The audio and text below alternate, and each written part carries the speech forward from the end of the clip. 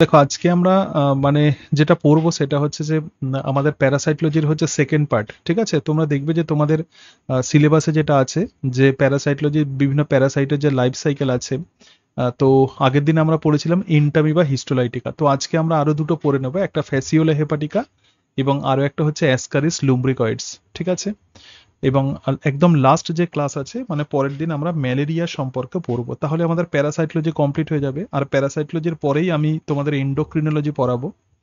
তো এন্ডোক্রিনোলজি তে মোটামুটি 2-3টা ক্লাস আমার লাগবে। ঠিক আছে, এন্ডোক্রিনোলজি যেরকম ভাবে তোমাদের লিস্ট দিয়েছিলাম প্রথম, আমি অনেকবারই বলেছি যে একটু যে সমস্ত নোটসগুলো একটু চেঞ্জ করছি, তো সেগুলো ক্লাসের সংখ্যা এক্ষেত্রে চেঞ্জ হবে। ঠিক আছে, এবং তার সঙ্গে সঙ্গে রিপ্রোডাক্টিভ বায়োলজি, তাহলে এগুলো করলেই মোটামুটি। আর এন্ডোক্রিনোলজি যেহেতু আমাদের জুলজির সঙ্গেও আছে, তো সেই কারণের জন্য এন্ডোক্রিনোলজি আমাদের কিন্তু ভালো করে স্ট্রেস দিতে হবে। ঠিক আছে, হবে না মানে কোন অংশগুলো থেকে পড়তে হবে, এই যে আমি তোমাদের সাজিয়ে দিচ্ছি, আমার মেন কাজ হচ্ছে নোটসগুলোকে তোমাদেরকে সাজিয়ে দেয় এবং যেগুলো ইম্পর্টেন্ট সেগুলো হাইলাইট করে দেওয়া। তার ফলে যখনই প্রত্যেকটা টপিক্সের যখন তুমি নোটসগুলো পেয়ে যাবে, তখন দেখবে যে কনফিডেন্স অটোমেটিক্যালি তোমার মনে হবে যে প্রিপারেশন তোমার 80% হয়ে গেছে। আর ম্যাক্সিমাম বায়োলজিতে যেটা সমস্যা হয় সেটা হচ্ছে যে নোটসগুলো আমরা ঠিকঠাকভাবে পাই না। তো তো সেই কারণের জন্যই বায়োলজি একদম টোটালি একটা নোট বেসড সাবজেক্ট। ঠিক আছে, তো সেই হিসাবে তোমরা একদম নোটস গুলো পেয়ে যাচ্ছে, এটাই আমার মেন কাজ। তো আজকে আমরা যেটা পড়বো সেটা হচ্ছে ফ্যাসিওলা হেপাটিকা। তো নাম দেখেই বুঝতে পারছো এটা হেপাটিকা, মানে এর সঙ্গে লিভারের সঙ্গে রিলেটেড। একটুখানি কোন জায়গাগুলো প্রধানত ইম্পর্টেন্ট এবং কোনগুলো ফোকাস করতে হবে আগে তোমাদেরকে বলি।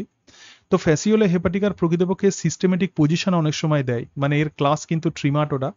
তো সেই কারণের জন্য ক্লাস ট্রিমাটোডার কিছু ক্যারেক্টারিস্টিক ফিচার্স আমরা দেখে নেব। আমরা যদিও ইনভার্টিব্রেটের ক্লাসিফিকেশনে পড়েছি, কিন্তু তবু একটু ট্রিমাটোডা সম্পর্কে দেখে নেবে। এবং এই যে ফ্যাসিওলা হেপাটিকা আছে, একে শিপ লিভার ফ্লুক বলা হয়, তার মানে গরু, ছাগল, ভেড়া। তো এদের লিভারে প্রধানত এই ফ্যাসিওলা হেপাটিকা পাওয়া যায়, কিন্তু হিউম্যানের ক্ষেত্রেও পাওয়া যায়। ঠিক আছে, সুতরাং ফ্যাসিওলা হেপাটিকা মেনলি একে বলা হয় শিপ লিভার ফ্লুক, মানে গরু, ভেড়া, ছাগল, তো এদের দেহতেই মেনলি এই ফ্যাসিওলা হেপাটিকা পাওয়া যায়। ফ্যাসিওলা হেপাটিকা থেকে যেটা প্রচুর পরীক্ষাতে যে জায়গা থেকে জেনারেলি কোয়েশ্চেন্স দেওয়া হয়, খুব বেশি জায়গা থেকে নয়, যেখান থেকে জেনারেলি বিভিন্ন প্রশ্ন অ্যানালাইসিস করে যেটা দেখেছি এই জায়গা থেকে প্রশ্ন দেওয়া হয়। অর্থাৎ ফ্যাসিওলা হেপাটিকার যে ডিফারেন্ট হোস্ট আছে, তো সেই হোস্টগুলো থেকে জেনারেলি কোয়েশ্চেন্স ঘোরাফেরা করে। এবং তার সঙ্গে সঙ্গে ফ্যাসিওলা হেপাটিকাতে দেখবে যে ডিফারেন্ট টাইপের লার্ভাল ফেজ আছে, অন্তত 5টা লার্ভাল স্টেজ দেখা যায়। তো কোন লার্ভাগুলো কিরকম হয় দেখো, এক্ষেত্রে 1, 2, 3, 4 এবং 5, অর্থাৎ মিরাসিডিয়াম লার্ভা, স্পোরোসিস্ট, রেডিয়া, সার্কারিয়া এবং মেটা সার্কারিয়া। অনেক সময় এদের ডেভেলপমেন্টের প্রধানত স্টেজগুলো সিকুয়েন্সিয়ালি দিতে পারে, মানে মিরাসিডিয়ামের পরে আসবে স্পোরোসিস্ট, তারপরে আসবে রেডিয়া, তারপরে সার্কারিয়া, তারপরে মেটা সার্কারিয়া। সুতরাং এরকমভাবে উল্টে পাল্টে দিতে পারে। ঠিক আছে, তো এই যে স্টেজগুলো পরপর এগুলো আমাদেরকে দেখতে হবে। এবং তার সঙ্গে সঙ্গে এই যে লার্ভাল স্টেজগুলো, এই লার্ভাল স্টেজের বিভিন্ন ক্যারেক্টার্সগুলো, অনেক সময় যে মিরাসিডিয়াম লার্ভা থেকে প্রচুর প্রশ্ন দেওয়া হয়। তো মিরাসিডিয়াম লার্ভা অ্যাকচুয়ালি কোথায় থাকে, কিভাবে তারা অ্যাটাক করে, এই যে ডিফারেন্ট যে লার্ভাল স্টেজগুলো মেনলি এগুলোই আমাদেরকে ফোকাস করতে হবে। ঠিক আছে, এবং এই লার্ভাগুলো কিভাবে তৈরি হচ্ছে একটু ক্রিটিক্যাল আছে, একটু বোঝার ব্যাপার আছে। সুতরাং এই জায়গাগুলো মেনলি আমাদেরকে জানতে হবে। ঠিক আছে, তো এটা হচ্ছে ফ্যাসিওলা হেপাটিকা। তাহলে ফ্যাসিওলা হেপাটিকা যেটা তোমরা ফোকাস করবে সেটা হচ্ছে ক্লাস ট্রিমাটোডার ক্যারেক্টার্স, এবং তার সঙ্গে সঙ্গে যে লার্ভাল যে স্টেজ বললাম সেই লার্ভাল স্টেজের যে সিকোয়েন্স আছে সেগুলো, এবং এই লার্ভার বিভিন্ন ক্যারেক্টারিস্টিক ফিচার্স, বিশেষত মিরাসিডিয়াম লার্ভা প্রচুর পরীক্ষাতে প্রশ্ন দেওয়া হয়, এই অংশটা আমরা যেমন দেখব। তার সঙ্গে সঙ্গে দেখো এই জায়গাতে একদম ফ্যাসিওলা হেপাটিকার লাইফ সাইকেল দেওয়া আছে। খুব সহজভাবে এক্ষেত্রে আমি লেখার চেষ্টা করেছি ফ্যাসিওলা হেপাটিকার লাইফ সাইকেল।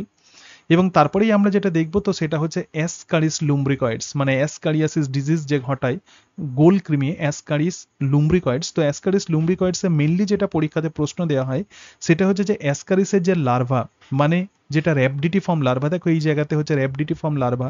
তো এই র্যাবডিটিফর্ম লার্ভাটা অ্যাকচুয়ালি কি, কত রকমের লার্ভাল স্টেজ, বিভিন্ন রকমের লার্ভাল স্টেজ দেখা যায়। তো এই যে লার্ভা প্রধানত যে ডিফারেন্ট অর্গ্যানে পরিযান করে, মানে মাইগ্রেশন, কোন অর্গ্যান থেকে কিভাবে তারা মাইগ্রেট করে, দেখো প্রথমে ইন্টেস্টাইন আছে, অন্ত্র আছে, তারপরে হার্ট আছে, তারপরে লাংস আছে, সুতরাং এই যে বিভিন্ন দেখো প্রথমে ইন্টেস্টাইনে যাচ্ছে, তারপরে লিম্ফ নোডে যাচ্ছে, তারপরে লিভারে যাচ্ছে, তারপরে হার্টে যাচ্ছে, তারপরে লাংসে যাচ্ছে, তারপরে আবার সেটা কিন্তু স্মল ইন্টেস্টাইনের মধ্যে চলে আসে। তার মানে এই যে এর যে পাথওয়ে, মানে বিভিন্ন অর্গানে এই যখন মুভ করবে অ্যাসকারিসের যখন লার্ভা, সুতরাং এই বিভিন্ন অর্গানগুলোকে সে প্রবলেম ক্রিয়েট করে, এবং এই কারণের জন্য এই যে ডিজিজটা, এর ফলে এই প্রবলেমগুলো হওয়ার জন্য যে সমস্ত সিমটমস দেখা যায়, তো তাকেই আমরা বলবো অ্যাসকারিয়াসিস। তাহলে এই যে লার্ভার যে পরিযান, এই যে মাইগ্রেশন, তো এটাই মেনলি এখান থেকে প্রশ্ন দেওয়া হয়। ঠিক আছে, এক্ষেত্রে দেখতে পাচ্ছ যে ডিফারেন্ট যে অ্যাসকারিস আছে, এক্ষেত্রে সেক্সুয়াল ডাইমরফিজম দেখা যায়, অর্থাৎ মেল এবং ফিমেল কিন্তু এদের ডিফারেন্ট হয়। তো এই অংশগুলোই মেনলি আমাদেরকে পড়তে হবে, এবং তার সঙ্গে সঙ্গে মেল আর ফিমেলের মধ্যে ডিফারেন্সও অনেক সময় পরীক্ষাতে প্রশ্ন দেয়। আর এই জায়গাতে দেখতে পাচ্ছ যে এদের লাইফ সাইকেলের স্টেজ এক্ষেত্রে দেওয়া আছে। ঠিক আছে, তো এই অংশগুলোই মেনলি আমরা ফোকাস করব। ওকে, সবাই বুঝতে পেরেছো? ক্লিয়ার? তাহলে দেখো ফ্যাসিওলা হেপাটিকাতে কোন অংশগুলো আমাদেরকে দেখতে হবে, ফ্যাসিওলা হেপাটিকার ডিফারেন্ট লার্ভা দেখতে হবে, এবং তার সঙ্গে সঙ্গে সেই লার্ভার ক্যারেক্টারিস্টিক ফিচার্স মেনলি আমরা ফোকাস করব। ওকে, দেখো আজকে আমরা যেটা দেখবো তো সেটাই হচ্ছে ফ্যাসিওলা হেপাটিকা। তো ফ্যাসিওলা হেপাটিকা এবং ফ্যাসিওলা জাইগান্টিকা আর দ্য লিভার ফ্লুক। তাহলে দেখো ফ্যাসিওলা হচ্ছে একটা জেনাস, এর দুটো স্পিসিস আছে, একটা হেপাটিকা আর একটা হচ্ছে জাইগান্টিকা। তো একেই বলা হয় লিভার ফ্লুক। ফ্লুক কাকে বলে আমি একটু পরে আসছি। দেখো দে আর ট্রিমাটোড। তো ট্রিমাটোড মানেই হচ্ছে ফ্লুক। এরা কিন্তু আনসেগমেন্টেড হয়। দেখো অ্যানিলিডার সঙ্গে কিন্তু এই যে এই যে প্ল্যাটিহেলমিনথিস আছে, তো প্ল্যাটিহেলমিনথিসের একটা পার্থক্য আছে। অ্যানিলিডাতে কিন্তু আমরা বিভিন্ন সেগমেন্ট দেখতে পাই, মানে অ্যানিলিডা মানে অঙ্গুরিমাল পর্বের প্রাণী, যেমন কেঁচো, জোঁক, এগুলো সব অ্যানিলিডা। তো এদের মধ্যে আমরা সেগমেন্ট দেখতে পাই, মানে ছোট ছোট খণ্ড দেখতে পাই, যে খণ্ডগুলোকে বলা হয় মেটামেয়ার বলা হয়। কিন্তু এক্ষেত্রে অর্থাৎ এই যে প্ল্যাটিহেলমিনথিস বা ফিতাকৃমি আমরা যে দেখছি, এদের দেহ কিন্তু আনসেগমেন্টেড হয়। এরাও কৃমির মতো মানে অ্যানিলিডার মতো দেখতে, তার মানে ফেরিটিমা বা কেঁচোর মতো এদেরকে দেখতে হয়, লম্বা রিবন লাইক হয়। কিন্তু ঘটনা হচ্ছে এদের বডি কিন্তু আনসেগমেন্টেড হয়, সেই জন্য এদেরকে আনসেগমেন্টেড ওয়ার্ম বলা হয়। ওয়ার্ম মানে কি? ওয়ার্ম মানে একটা সুতোর মতো গঠন, তো তাকেই আমরা বলবো ওয়ার্ম। যেমন আমরা ফেরিটিমা বা কেঁচোকে যেমন আমরা দেখি, তো সেটাই হচ্ছে ওয়ার্ম। তাহলে এরা কিন্তু আনসেগমেন্টেড ওয়ার্ম। এবং তার সঙ্গে সঙ্গে ফ্যাসিওলা হেপাটিকা স্পেশালি এটা কিন্তু লিফ লাইক, মানে পাতার মতো, এবং ফ্ল্যাট ওয়ার্ম। পাতা মানেই তো সে ফ্ল্যাট হবে, এবং সেই জন্যই এদের কিন্তু ফাইলাম হচ্ছে ফ্ল্যাট ওয়ার্ম। ঠিক আছে, তাহলে দেখো এদের সিস্টেমেটিক পজিশন একটু দেখে নাও। ফাইলাম প্ল্যাটিহেলমিনথিস, ক্লাস ট্রিমাটোডা, প্রচুর পরীক্ষাতে প্রশ্ন দেওয়া হয়। ফ্যাসিওলা হেপাটিকা তাহলে ক্লাস কি? ট্রিমাটোডা। এবং এদের অর্ডার হচ্ছে ডাইজেনিয়া। কেন ডাইজেনিয়া বলা হয় একটু পরে আসছে। এবং এদের জেনাস হচ্ছে ফ্যাসিওলা, এবং এই জেনাসের আন্ডারে দুটো স্পিসিস আছে, আমরা যে স্পিসিস পড়বো তো সেটাই হচ্ছে ফ্যাসিওলা হেপাটিকা। তাহলে যখনই আমাদের প্ল্যাটিহেলমিনথিস চলে এলো, মানে ফিতাকৃমি যখন আমাদের চলে এলো, তো এই যে প্ল্যাটিহেলমিনথিস আছে, এই প্ল্যাটিহেলমিনথিসের কিছু ক্যারেক্টার্স দেখে নাও। তো প্ল্যাটিহেলমিনথিসের বডি কিন্তু ডর্সোভেন্ট্রালি ফ্ল্যাটেন বডি, মানে উপর নিচে চ্যাপ্টা হয়। ঠিক আছে, সেই জন্যই প্ল্যাটিহেলমিনথিস। এবং তার সঙ্গে সঙ্গে কি হবে, সেই জন্য এদেরকে ফ্ল্যাট ওয়ার্ম বলা হয়। এবং এরা কিন্তু আসিলোমেট হয়, এটা প্রচুর ইম্পর্টেন্ট, তোমরা জানো। তাহলে প্ল্যাটিহেলমিনথিস কিন্তু আসিলোমেট, তার মানে এদের কোনো রকম সিলম থাকে না। জাস্ট বডি ওয়াল আর ডাইজেস্টিভ সিস্টেমের মাঝখানে যে ক্যাভিটি থাকে, তো তাকেই আমরা সিলম বলবো। তো এক্ষেত্রে কিন্তু কোনো রকম সিলম থাকে না। এবং তার সঙ্গে সঙ্গে দেখো এদের কিন্তু adhesive structure like the hook আর সাকার প্রেজেন্ট থাকে। যেহেতু এদের হুক সাকার থাকে, তো সেই কারণের জন্য এরা হোস্টের দেহতে অ্যাটাচড হয়ে থাকতে পারে। এবং body cell aggregate into different tissues which form organ. তাহলে দেখো এক্ষেত্রে আমরা অর্গ্যান দেখতে পাবো, কিন্তু কোনো সিস্টেম দেখতে পাবো না। সুতরাং কেবলমাত্র অর্গ্যান দেখতে পাবো, বাট নো সিস্টেম।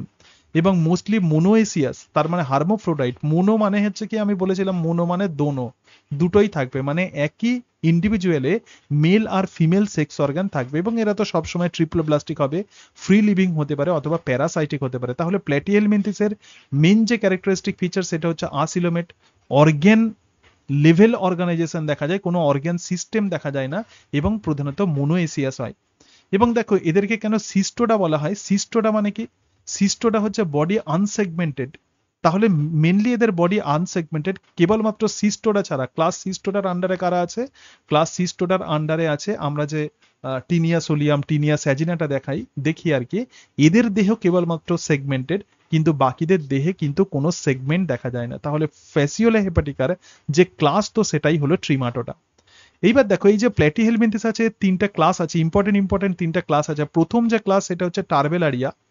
তাহলে প্ল্যাটিহেলমিনথিস সবাই যে প্রধানত প্যারাসাইটিক হবে সেরকম কিন্তু নয়।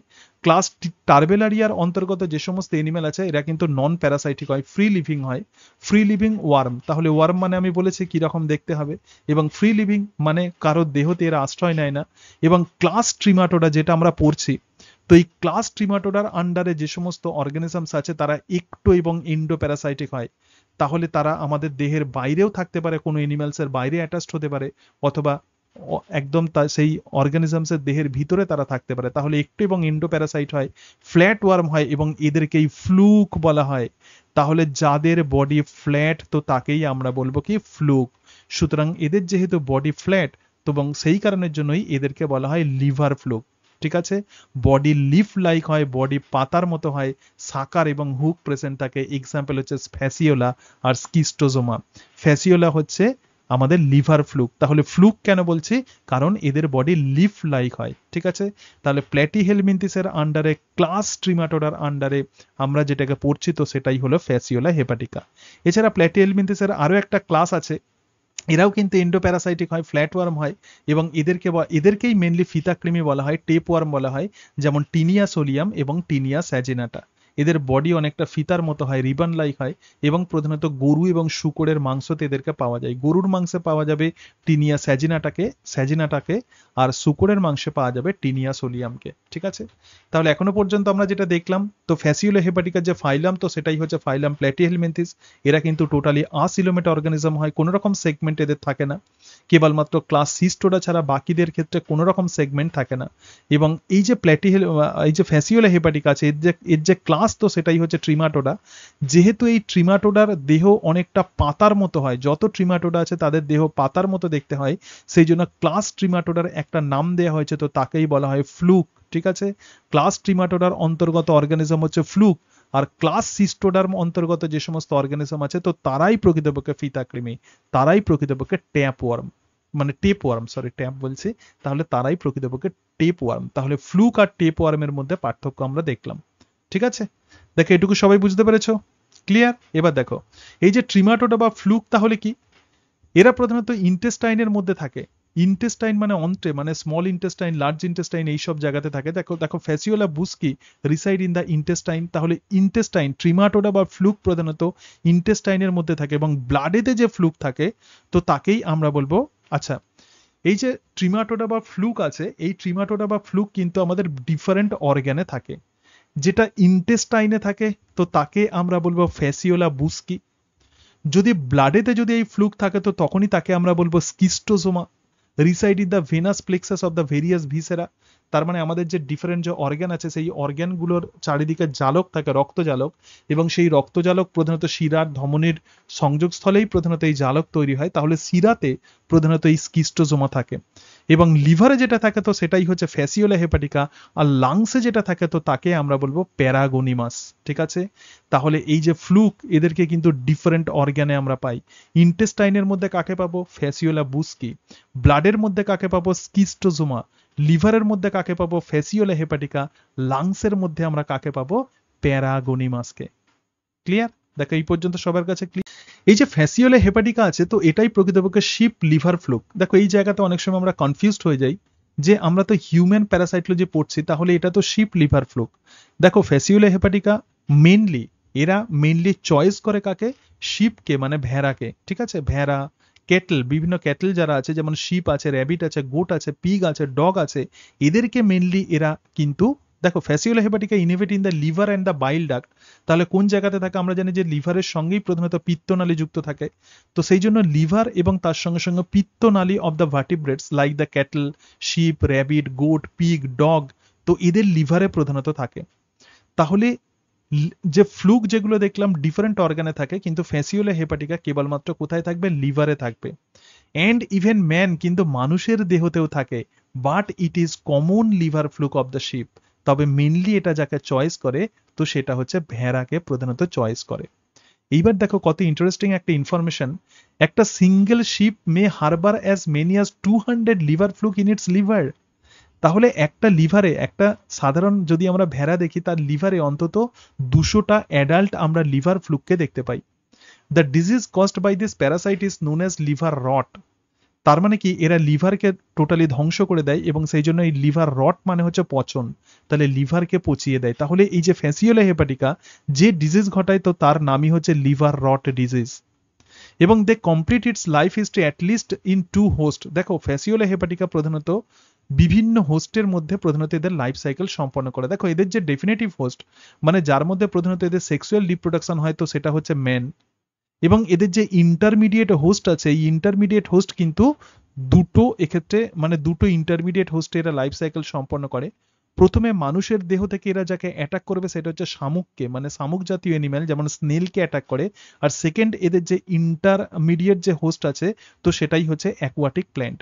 তাহলে এদের অর্ডারকে কেন ডাইজেনিয়া বলা হয়? দেখো they complete its life history at least in the 2 host, one stage in vertebrate and another stage is invertebrate, অর্থাৎ মোলাস্কা। তাহলে দেখো দুটো ডিফারেন্ট এনিম্যাল গ্রুপের মধ্যে এরা এদের লাইফ সাইকেল সম্পন্ন করে এবং সেই জন্যই এদের যে অর্ডার তো সেটাই হচ্ছে ডাইজেনিয়া।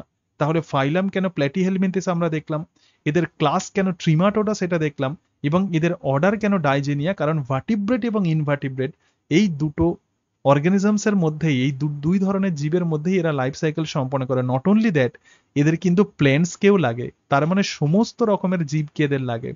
উদ্ভিদকে যেমন লাগে তার সঙ্গে সঙ্গে ভার্টিব্রেটকে লাগে, তার সঙ্গে সঙ্গে ইনভার্টিব্রেটকে লাগে। খুবই ইন্টারেস্টিং একটা প্রধানত স্পিসিস। আর এদের যে ইনফেক্টিভ ফর্ম মানে কি, যেটা মানুষকে অ্যাটাক করে তো সেটাই হচ্ছে মেটাসার্কারিয়া লার্ভা। তাহলে এদের ইনফেক্টিভ ফর্ম কোনটা? মেটাসার্কারিয়া লার্ভা। আর এদের যেটা ডায়াগনস্টিক ফর্ম মানে কি, কিভাবে আমরা ডায়াগনোসিস করব যে আমাদেরকে লিভার ফ্লুক অ্যাটাক করেছে? তাহলে ডায়াগনস্টিক যে ফর্ম তো সেটাই হচ্ছে অপারকিউলেটেড এগ। তার মানে এগের সামনের দিকে, এদের ডিমের সামনের দিকে একটা কভারিং থাকে তো তাকেই আমরা বলবো অপারকিউলাম। সুতরাং অপারকিউলেটেড এগ থাকে। তাহলে দেখো এদের যে ডেফিনেটিভ হোস্ট আমরা কি দেখলাম? মানুষ।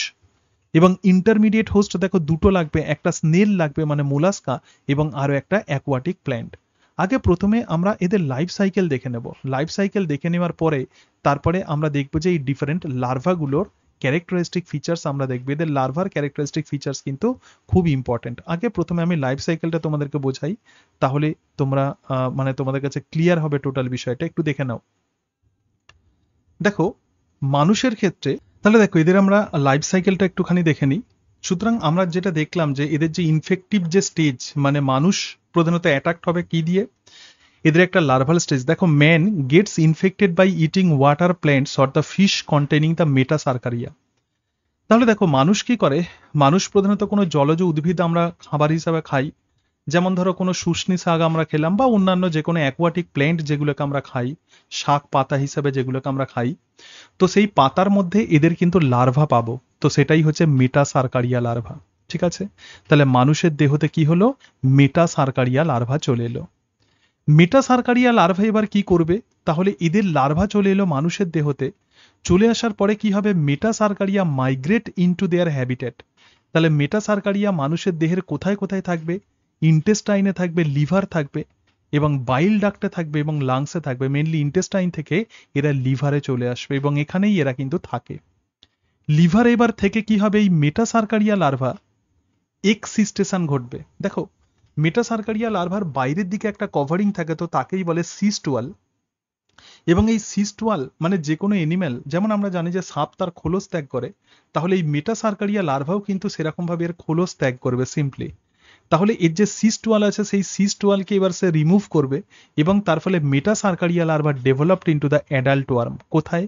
মানুষের দেহতে। মানুষের দেহের কোথায়? মানুষের দেহের লিভারে এরা প্রধানত অ্যাডাল্টে পরিণত হবে। তাহলে যখন অ্যাডাল্ট হয়ে যাচ্ছে তো অ্যাডাল্টের মধ্যেই তো এগ তৈরি হবে। তাহলে এরা কি করলো? এবার এগকে রিলিজ করলো।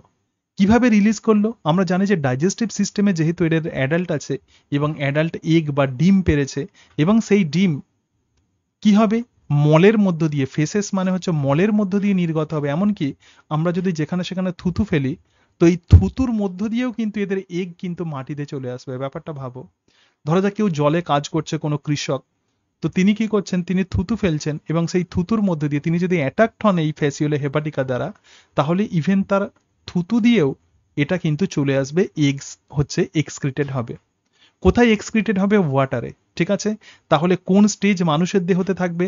মেটাসার্কারিয়া এবং অ্যাডাল্ট স্টেজ এবং এগ। এরপরে এগ কি হলো, এগ হচ্ছে জলেতে রিলিজড হয়ে গেল, ঠিক আছে। জলেতে রিলিজড হয়ে যাওয়ার পরে এবার এই এগ থেকে একটা লার্ভা তৈরি হবে, তার নাম হচ্ছে মিরাসিডিয়াম লার্ভা।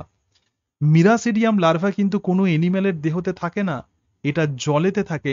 জলেতে এরা সাঁতার কাটে, ফ্রি লিভিং ইন ওয়াটার।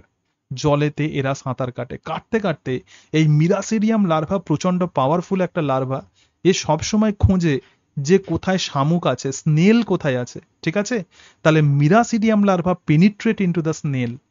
সুতরাং জলেতেই তো শামুক থাকে, প্রধানত মাঠে ঘাটে যে কৃষক কাজ করছেন, তো সেরকম জায়গাতেই প্রধানত শামুক ঝিনুক আমরা জলা থেকেই কুড়োই, ক্ষেত থেকে কুড়োই, ঠিক আছে। মানে কাল্টিভেটেড যে ল্যান্ড আছে সেখান থেকেই আমরা কুড়াই এগুলো। তাহলে এই স্নেলের মধ্যে কি হলো, মিরাসিডিয়াম লার্ভা ঢুকে গেল। কে ঢুকলো? মিরাসিডিয়াম লার্ভা।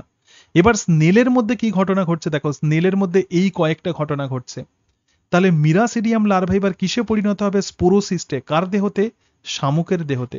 স্পোরোসিস্ট এবার কিসে পরিণত হবে? রেডিয়াতে। কার দেহতে? স্নেলের দেহতে, শামুকের দেহতে। রেডিয়া এবার কিসে পরিণত হবে? সার্কারিয়া লার্ভাতে, ঠিক আছে। তাহলে স্পোরোসিস্ট, রেডিয়া আর সার্কারিয়া। সুতরাং মিরাসিডিয়াম, মিরাসিডিয়াম কিন্তু ফ্রি লিভিং লার্ভা, এটা কিন্তু স্নেলের দেহতে ঢোকে। এর ডেভেলপমেন্ট কিন্তু স্নেলের দেহের মধ্যে হয় না। মিরাসিডিয়াম ঢোকার পরে সেটা স্পোরোসিস্ট, রেডিয়া এবং তার সঙ্গে সঙ্গে সার্কারিয়াতে পরিণত হয়, এসআরসি, ঠিক আছে। স্পোরোসিস্ট, রেডিয়া আর সার্কারিয়াতে পরিণত হয়, এবং সার্কারিয়াতে পরিণত হওয়ার পরে এটা স্নেলের দেহ ত্যাগ করে, শামুকের দেহ ত্যাগ করে। ত্যাগ করলে তাহলে কোথায় আসবে? এটা তখন যে জায়গাতে আসবে, দেখবে যে শামুক, ঝিনুক, এই সমস্ত এনিমেলস গুলো কোথায় পাই আমরা এদেরকে? এদেরকে গাছেতে, অ্যাকোয়াটিক প্ল্যান্টে এরা প্রধানত অ্যাটাচড হয়ে থাকে। দেখবে যে কোনো পুকুর থেকে তুমি যদি গেঁড়ি অথবা শামুক, ঝিনুক তুমি যদি কুড়াতে যাও, তখন কি হয়, পুকুরে যদি একটা নারকেল পাতা ফেলে দাও, তাহলে সেই নারকেল পাতার মধ্যে এই স্নেল আটকে যায়, আটকে যায় তো।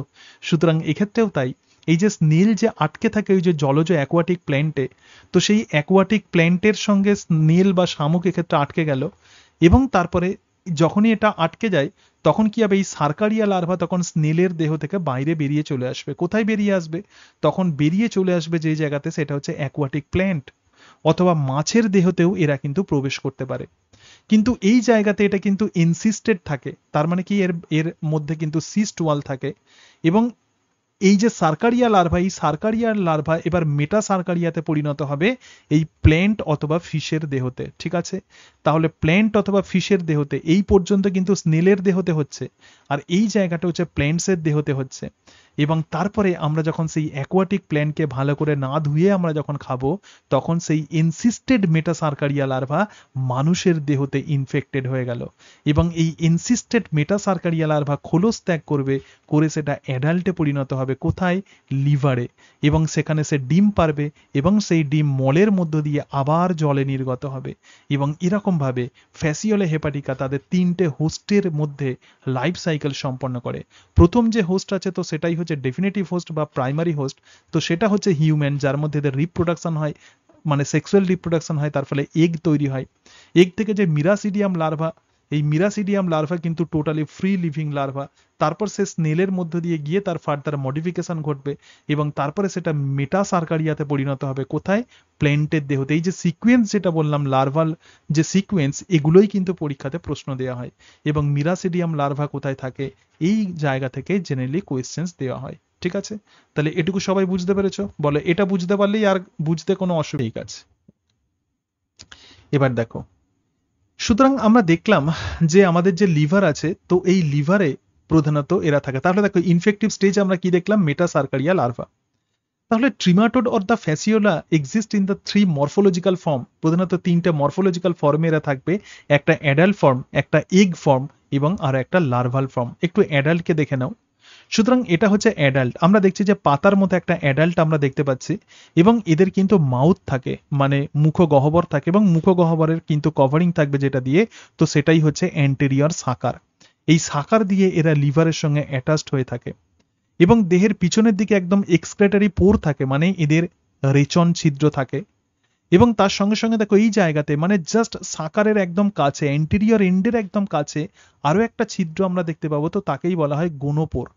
এই গোনোপোর হচ্ছে এমন একটা ছিদ্র, এটা মেল এবং ফিমেল দুটো রিপ্রোডাক্টিভ সিস্টেমই কিন্তু এখান দিয়ে কিন্তু মানে পাস হয়, ঠিক আছে। তো সেই জন্য এর নাম হচ্ছে গুণপোর। গুণপোর হচ্ছে যেমন আমরা দেখেছিলাম যে আহ, যেমন ধরো হ্যাঁ, তাহলে গুণপোর হচ্ছে এমন একটা ছিদ্র, তো এই ছিদ্রের মধ্য দিয়ে প্রধানত মেল এবং ফিমেল এই দুটো রিপ্রোডাক্টিভ অর্গানই কিন্তু ওপেন হয়। আবার ধরো হিউম্যানের ক্ষেত্রে আমরা যেমন জানি যে মূত্রছিদ্র আর জননছিদ্র একটা ছিদ্র দিয়ে উন্মুক্ত হয়। আবার হিউম্যান ফিমেলদের ক্ষেত্রে প্রধানত মূত্রছিদ্র আর জননছিদ্র প্রধানত আলাদা থাকে। কিন্তু এদের ক্ষেত্রে মেল আর ফিমেল এরা যেহেতু হার্মোফ্রোডাইট হয়, মোনোএসিয়াস আমি বলেছিলাম, তাহলে মেল আর ফিমেল দুটো রিপ্রোডাক্টিভ অর্গানই কিন্তু একটা ছিদ্র দিয়ে উন্মুক্ত হয়। এদের কিন্তু দুটো সাকার থাকে, একটা অ্যান্টেরিয়র সাকার আর একটা হলো পোস্টেরিয়র সাকার। তো এটাই হচ্ছে একদম অ্যাডাল্ট ফ্যাসিওলা হেপাটিকা, যেটা আমাদের লিভারের মধ্যে থাকে। এই জায়গায় কিন্তু কিছু কিছু ইম্পর্টেন্ট পয়েন্ট আছে, আমরা দেখব। দেখো অ্যাডাল্ট ওয়ার্ম কিন্তু আনসেগমেন্টেড হবে এবং ফ্ল্যাটেন ডরসোভেন্ট্রালি, এদের বডি কিন্তু খুব নরম হয়, 1 থেকে 2.5 সেন্টিমিটার ইত্যাদি। এবার দেখো অ্যান্টেরিয়ার এন্ডে একটা প্রমিনেন্ট কনিক্যাল প্রজেকশন থাকে, তো তাকেই বলা হয় ওরাল কোন। যেটা সামনের দিকে দেখালাম যে একটা লম্বা মতো অংশ, তো একেই আমরা বলবো ওরাল কোন। এবং মাউথ কিন্তু এই ওরাল কোনের একদম সামনের দিকে থাকে। তো এই জায়গাতে কিন্তু আমরা দুটো সাকার দেখতে পাবো, একটা অ্যান্টেরিয়ার এবং একটা হচ্ছে ভেন্ট্রাল। অ্যান্টেরিয়ার সাকারই কিন্তু মাউথকে সারাউন্ড করে রাখে, আমরা দেখলাম ছবিতে অ্যান্টেরিয়ার সাকার মাউথকে সারাউন্ড করে রাখে। এবং little behind the head lobe a large সাকার, দ্যাট ইজ দ্য ভেন্ট্রাল সাকার প্রেজেন্ট, ঠিক আছে। তাহলে দুটো সাকার আমরা দেখলাম, একটা অ্যান্টেরিয়ার সাকার আর একটা হচ্ছে ভেন্ট্রাল সাকার, ঠিক আছে। তারপরে দেখো ভেন্ট্রাল সাকার মানে হচ্ছে posterior sucker. Genital aperture present between the two sucker, দুটো সাকারের মাঝখানে কি পাবো আমরা, জনন ছিদ্র পাবো, and close to the posterior sucker, তাহলে জনন ছিদ্র পোস্টেরিয়র সাকারের কাছাকাছি থাকে। Excretory pore present at the extreme posterior end, excretory pore কিন্তু একদম পোস্টেরিয়র এন্ডের একদম নিচের দিকে থাকে। তুমি শুধু এটুকু মাথায় রাখবে, আমি যেগুলো হাইলাইট করেছি সেগুলো মাথায় রাখবে, আনসেগমেন্টেড এবং ফ্ল্যাটেন বডি, এবং এক্ষেত্রে কিন্তু আমরা দুটো সাকার দেখতে পাই, ঠিক আছে।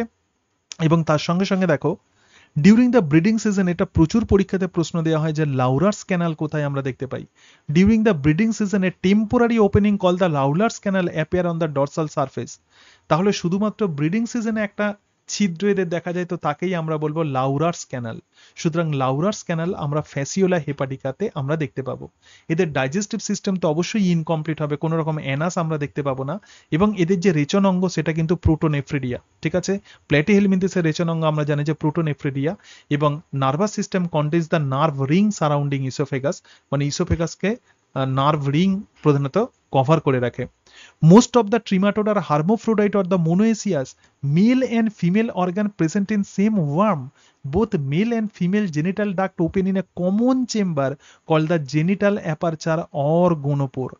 তাহলে গোনোপোর হচ্ছে সেই ছিদ্র যে ছিদ্রে মেল আর ফিমেল দুটো সিস্টেমই যেখানে ওপেন হয়, একটা কমন ছিদ্র, তো একেই আমরা বলবো গোনোপোর। কিন্তু ঘটনা হচ্ছে ফ্যাসিওলা হেপাটিকাতে আমরা গোনোপোর দেখতে পাই, কিন্তু স্কিস্টোজোমার ক্ষেত্রে স্কিস্টোজোমা কিন্তু ডায়োসিয়াস হয়, মানে মেল আর ফিমেল সেপারেটেড হয়। তাহলে এই জায়গাতে যেটা ইম্পর্টেন্ট সেটা হচ্ছে যে লাউরার্স ক্যানাল এবং তার সঙ্গে সঙ্গে প্ল্যাটিহেলমিনথিসের আমরা রেচন অঙ্গ দেখলাম, এই অংশটা ইম্পর্টেন্ট। এবং গোনোপোর কাকে বলে সেটা আমরা দেখলাম, যে ছিদ্রের মধ্যে দিয়ে মেল আর ফিমেল দুটো সেক্স অর্গানি ওপেন হয়, তো তাকেই আমরা বলবো গোনোপোর। এরপরে দেখো আমরা যেটা দেখবো তো সেটা হচ্ছে এগ। তো আমি বলেছিলাম যে এদের যে এগ, সেই এগ কিন্তু টোটালি অপারকিউলেটেড এগ। তার মানে কি অপারকিউলাম মানে কি, এদের এগের সামনের দিকে একটা ঢাকনা থাকে। তাহলে তিনটে স্টেজ দেখতে পাবো, একটা অ্যাডাল্ট আমরা দেখলাম, অ্যাডাল্ট দেখে নিলাম। সেকেন্ড যে স্টেজ আছে তো সেটা হচ্ছে এগ স্টেজ। এবং এগ স্টেজে আমরা দেখছি যে অপারকিউলাম আছে, মানে সামনের দিকে একটা ঢাকনা আছে, আর বাইরের দিকে একটা হার্ড কভারিং থাকে, একটা বিশাল শক্ত একটা কভারিং থাকে। তো একেই বলা হয় এগ শেল, SHELL সেল, ঠিক আছে। তাহলে ফ্যাসিওলা হচ্ছে ওভিপেরাস, কারণ এটা ডিম পারে। এবং দেখো এই এগের ভিতরে কিছু স্পেশালাইজড সেল থাকে, এবং এই সেলগুলোকে আমরা বলবো ইয়ক সেল। তাহলে এগের মধ্যে আমরা ইয়ক সেলকে দেখতে পাবো, এবং এই ইয়ক সেলই প্রধানত এই এগ শেল মানে এগের বাইরের দিকে যে শক্ত কভারিং আছে এটা তৈরি করে। তাহলে ইয়ক সেল থেকেই আমরা কাকে পাবো, এগ শেলকে আমরা পাবো, ঠিক আছে। এই কভারিং পড়বে এই ইয়ক সেল থেকে, সিক্রেশন এগ শেলের এই কভারিং তৈরি করে। এবং যেহেতু এটা এগ, তার মানে অবভিয়াসলি কি থাকবে, এর মধ্যে প্রধানত নিউক্লিয়াস থাকবে। সুতরাং সেই নিউক্লিয়াস যখন স্পারমাটোজোয়া দ্বারা যখন ফার্টিলাইজড হবে, তখন এই ভিতরের দিকে প্রধানত ফার্টিলাইজড এগ অর জাইগোট থাকবে। তাহলে এটাই কিন্তু জাইগোট। এবার একটু স্ট্রাকচার দেখে নাও এগের স্ট্রাকচার। দেখো ফ্যাসিওলা একটা হচ্ছে hermaphrodite, but self fertilization is uncommon. তার মানে ক্রস ফার্টিলাইজেশন সিন, ঠিক যেরকম ভাবে কেঁচোর ক্ষেত্রে দেখেছিলাম দুটো সেক্স অর্গান একই অর্গানিজমসে আছে, কিন্তু এই জায়গাতে আমরা দেখছি যে তাদের রিপ্রোডাকশনের জন্য প্রধানত মানে দুটো একই অর্গানিজমসের মধ্যে দুটো সেক্স অর্গানই থাকে, কিন্তু তাদের রিপ্রোডাকশনের জন্য প্রধানত দুটো ইন্ডিভিজুয়াল লাগে। সেই জন্য এক্ষেত্রে আমরা ক্রস ফার্টিলাইজেশন দেখতে পাই। ঠিক আছে, ফার্টিলাইজেশন ইজ ইন্টারনাল, ফার্টিলাইজেশন কিন্তু অন্তর্নিষেক হবে এবং sperm receive in the Laurer's canal, যেটা বলছিলাম ব্রিডিং সিজনে প্রধানত। তাহলে দুটো ফ্যাসিওলা হেপাটিকা পরস্পরের সঙ্গে ইউনাইটেড হলো এবং হওয়ার পরে কি হচ্ছে, ফিমেল মানে যে কোনো একটা যেটা ফিমেল হিসাবে ফাংশন করছে, তার মধ্যে লাউরাস ক্যানাল সেটা হচ্ছে টেম্পোরারিলি সেটা ডেভেলপ করছে, যেটা বলছিলাম। তাহলে দেখো এদের ক্ষেত্রে কি দেখলাম আমরা, এদের এগ আমরা যে দেখছি এরা প্রধানত হার্মোফ্রোডাইট হয়, কিন্তু ঘটনা হচ্ছে এদের ক্রস ফার্টিলাইজেশন হয়, তার মানে রিপ্রোডাকশনে প্রধানত দুটো ইন্ডিভিজুয়াল লাগে। ঠিক আছে, তাহলে যেটা ফিমেল হিসাবে ধরা যাক যেটা ফাংশন করছে, সে কি করবে, সে প্রধানত স্পার্মকে রিসিভ করবে কোথায়, লাউরাস ক্যানাল দিয়ে। ঠিক আছে, and Mehlis gland keep the sperm active. তাহলে এক্ষেত্রে দুটো গ্ল্যান্ড আমরা পাবো, একটা একটা একটা স্ট্রাকচার পাবো, তো সেটা হচ্ছে লাউরাস ক্যানাল, যেটা স্পার্মকে প্রধানত নিয়ে রেখে দেবে, আর মেহেলিস গ্ল্যান্ড যেটা আছে সেটা স্পার্মকে অ্যাক্টিভ করবে। এবং তার সঙ্গে সঙ্গে দেখো এগ, এবার কি হবে, egg release from the ovary, ovary থেকে এগ রিলিজ হলো এবং অলরেডি সে তো স্পার্মকে সে নিয়ে নিয়েছে। তারপরে কি হবে, তারপরে এগ আর স্পার্ম পরস্পরের সঙ্গে যুক্ত হয়ে তখন ফার্টিলাইজেশন ঘটবে। এবং প্রত্যেকটা fertilise egg is surrounded by the yolk cell. যখন এগ যখন ফার্টিলাইজ হবে, এর বাইরের দিকে কিন্তু আমরা ইয়ক সেলকে দেখতে পাবো, এবং yolk cell provide the yolk মানে কুসুম তৈরি করে এবং সেল মেটেরিয়াল তৈরি করে। Shell become hard due to presence of the protein quinone. তাহলে এদের যে সেল থাকে, এই সেল কিন্তু প্রচন্ড শক্ত হয়। এর কারণটা হচ্ছে এখানে একটা প্রোটিন থাকে, তো তার নাম হচ্ছে কুইনন। অ্যাকর্ডিং টু স্টিফেনসন কি বলছেন, quinone tan the protein, so protein becomes sclerotin like. তার মানে এই যে কুইনন আছে, কুইনন কিন্তু প্রোটিন মানে এটা টান টান করে, ট্যান মানে কি টেনে ধরে দেয়, মানে চামড়াকে যেমন আমরা টানি, তো সেটাকেই বলা হচ্ছে ট্যানিং করা। এবং সেই কারণের জন্য এই এগ সেল কিন্তু অনেক বেশি হার্ড হয়। এবং দেখো shelled egg are call the capsule, তো একে ক্যাপসুল বলা হয়, ঠিক একটা ক্যাপসুলের মতো। ক্যাপসুলের মধ্যে যেরকম ভাবে ডিফারেন্ট টাইপের মেটেরিয়ালস থাকে, সেরকম ভাবে এদের এগ শেলের মধ্যেও কিন্তু বিভিন্ন রকমের মেটেরিয়ালস আমরা দেখতে পাই, মানে জাইগোট এবং তার সঙ্গে সঙ্গে ইয়ক সেল দেখতে পাই। তার সঙ্গে সঙ্গে ক্যাপসুলে যেমন একটা মানে ক্যাপসুলের দুটো পোর্শন দেখবে, দুটো ডিফারেন্ট কালার থাকে, তো সেটাকে যদি আমরা সেপারেট করে দিই, তো এখানেও সেরকম এদের কিন্তু একটা অপারকিউলাম থাকে। ঠিক আছে, one pole of the egg shell bear a small lid, একটা ছোট্ট ঢাকনা থাকে, তো তাকেই বলে operculum for exit of the future larva. তার মানে এই যে এগ আছে, তো এগ থেকেই প্রধানত ফিউচার লার্ভা তৈরি হবে, এবং সেই লার্ভা প্রধানত এই অপারকিউলাম বা ঢাকনা সরিয়ে বেরিয়ে আসবে। Mature fluke reside in the liver, obviously mature fluke কোথায় থাকবে, লিভারে থাকবে। এবং capsule leaves fluke body through the গোনোপোর।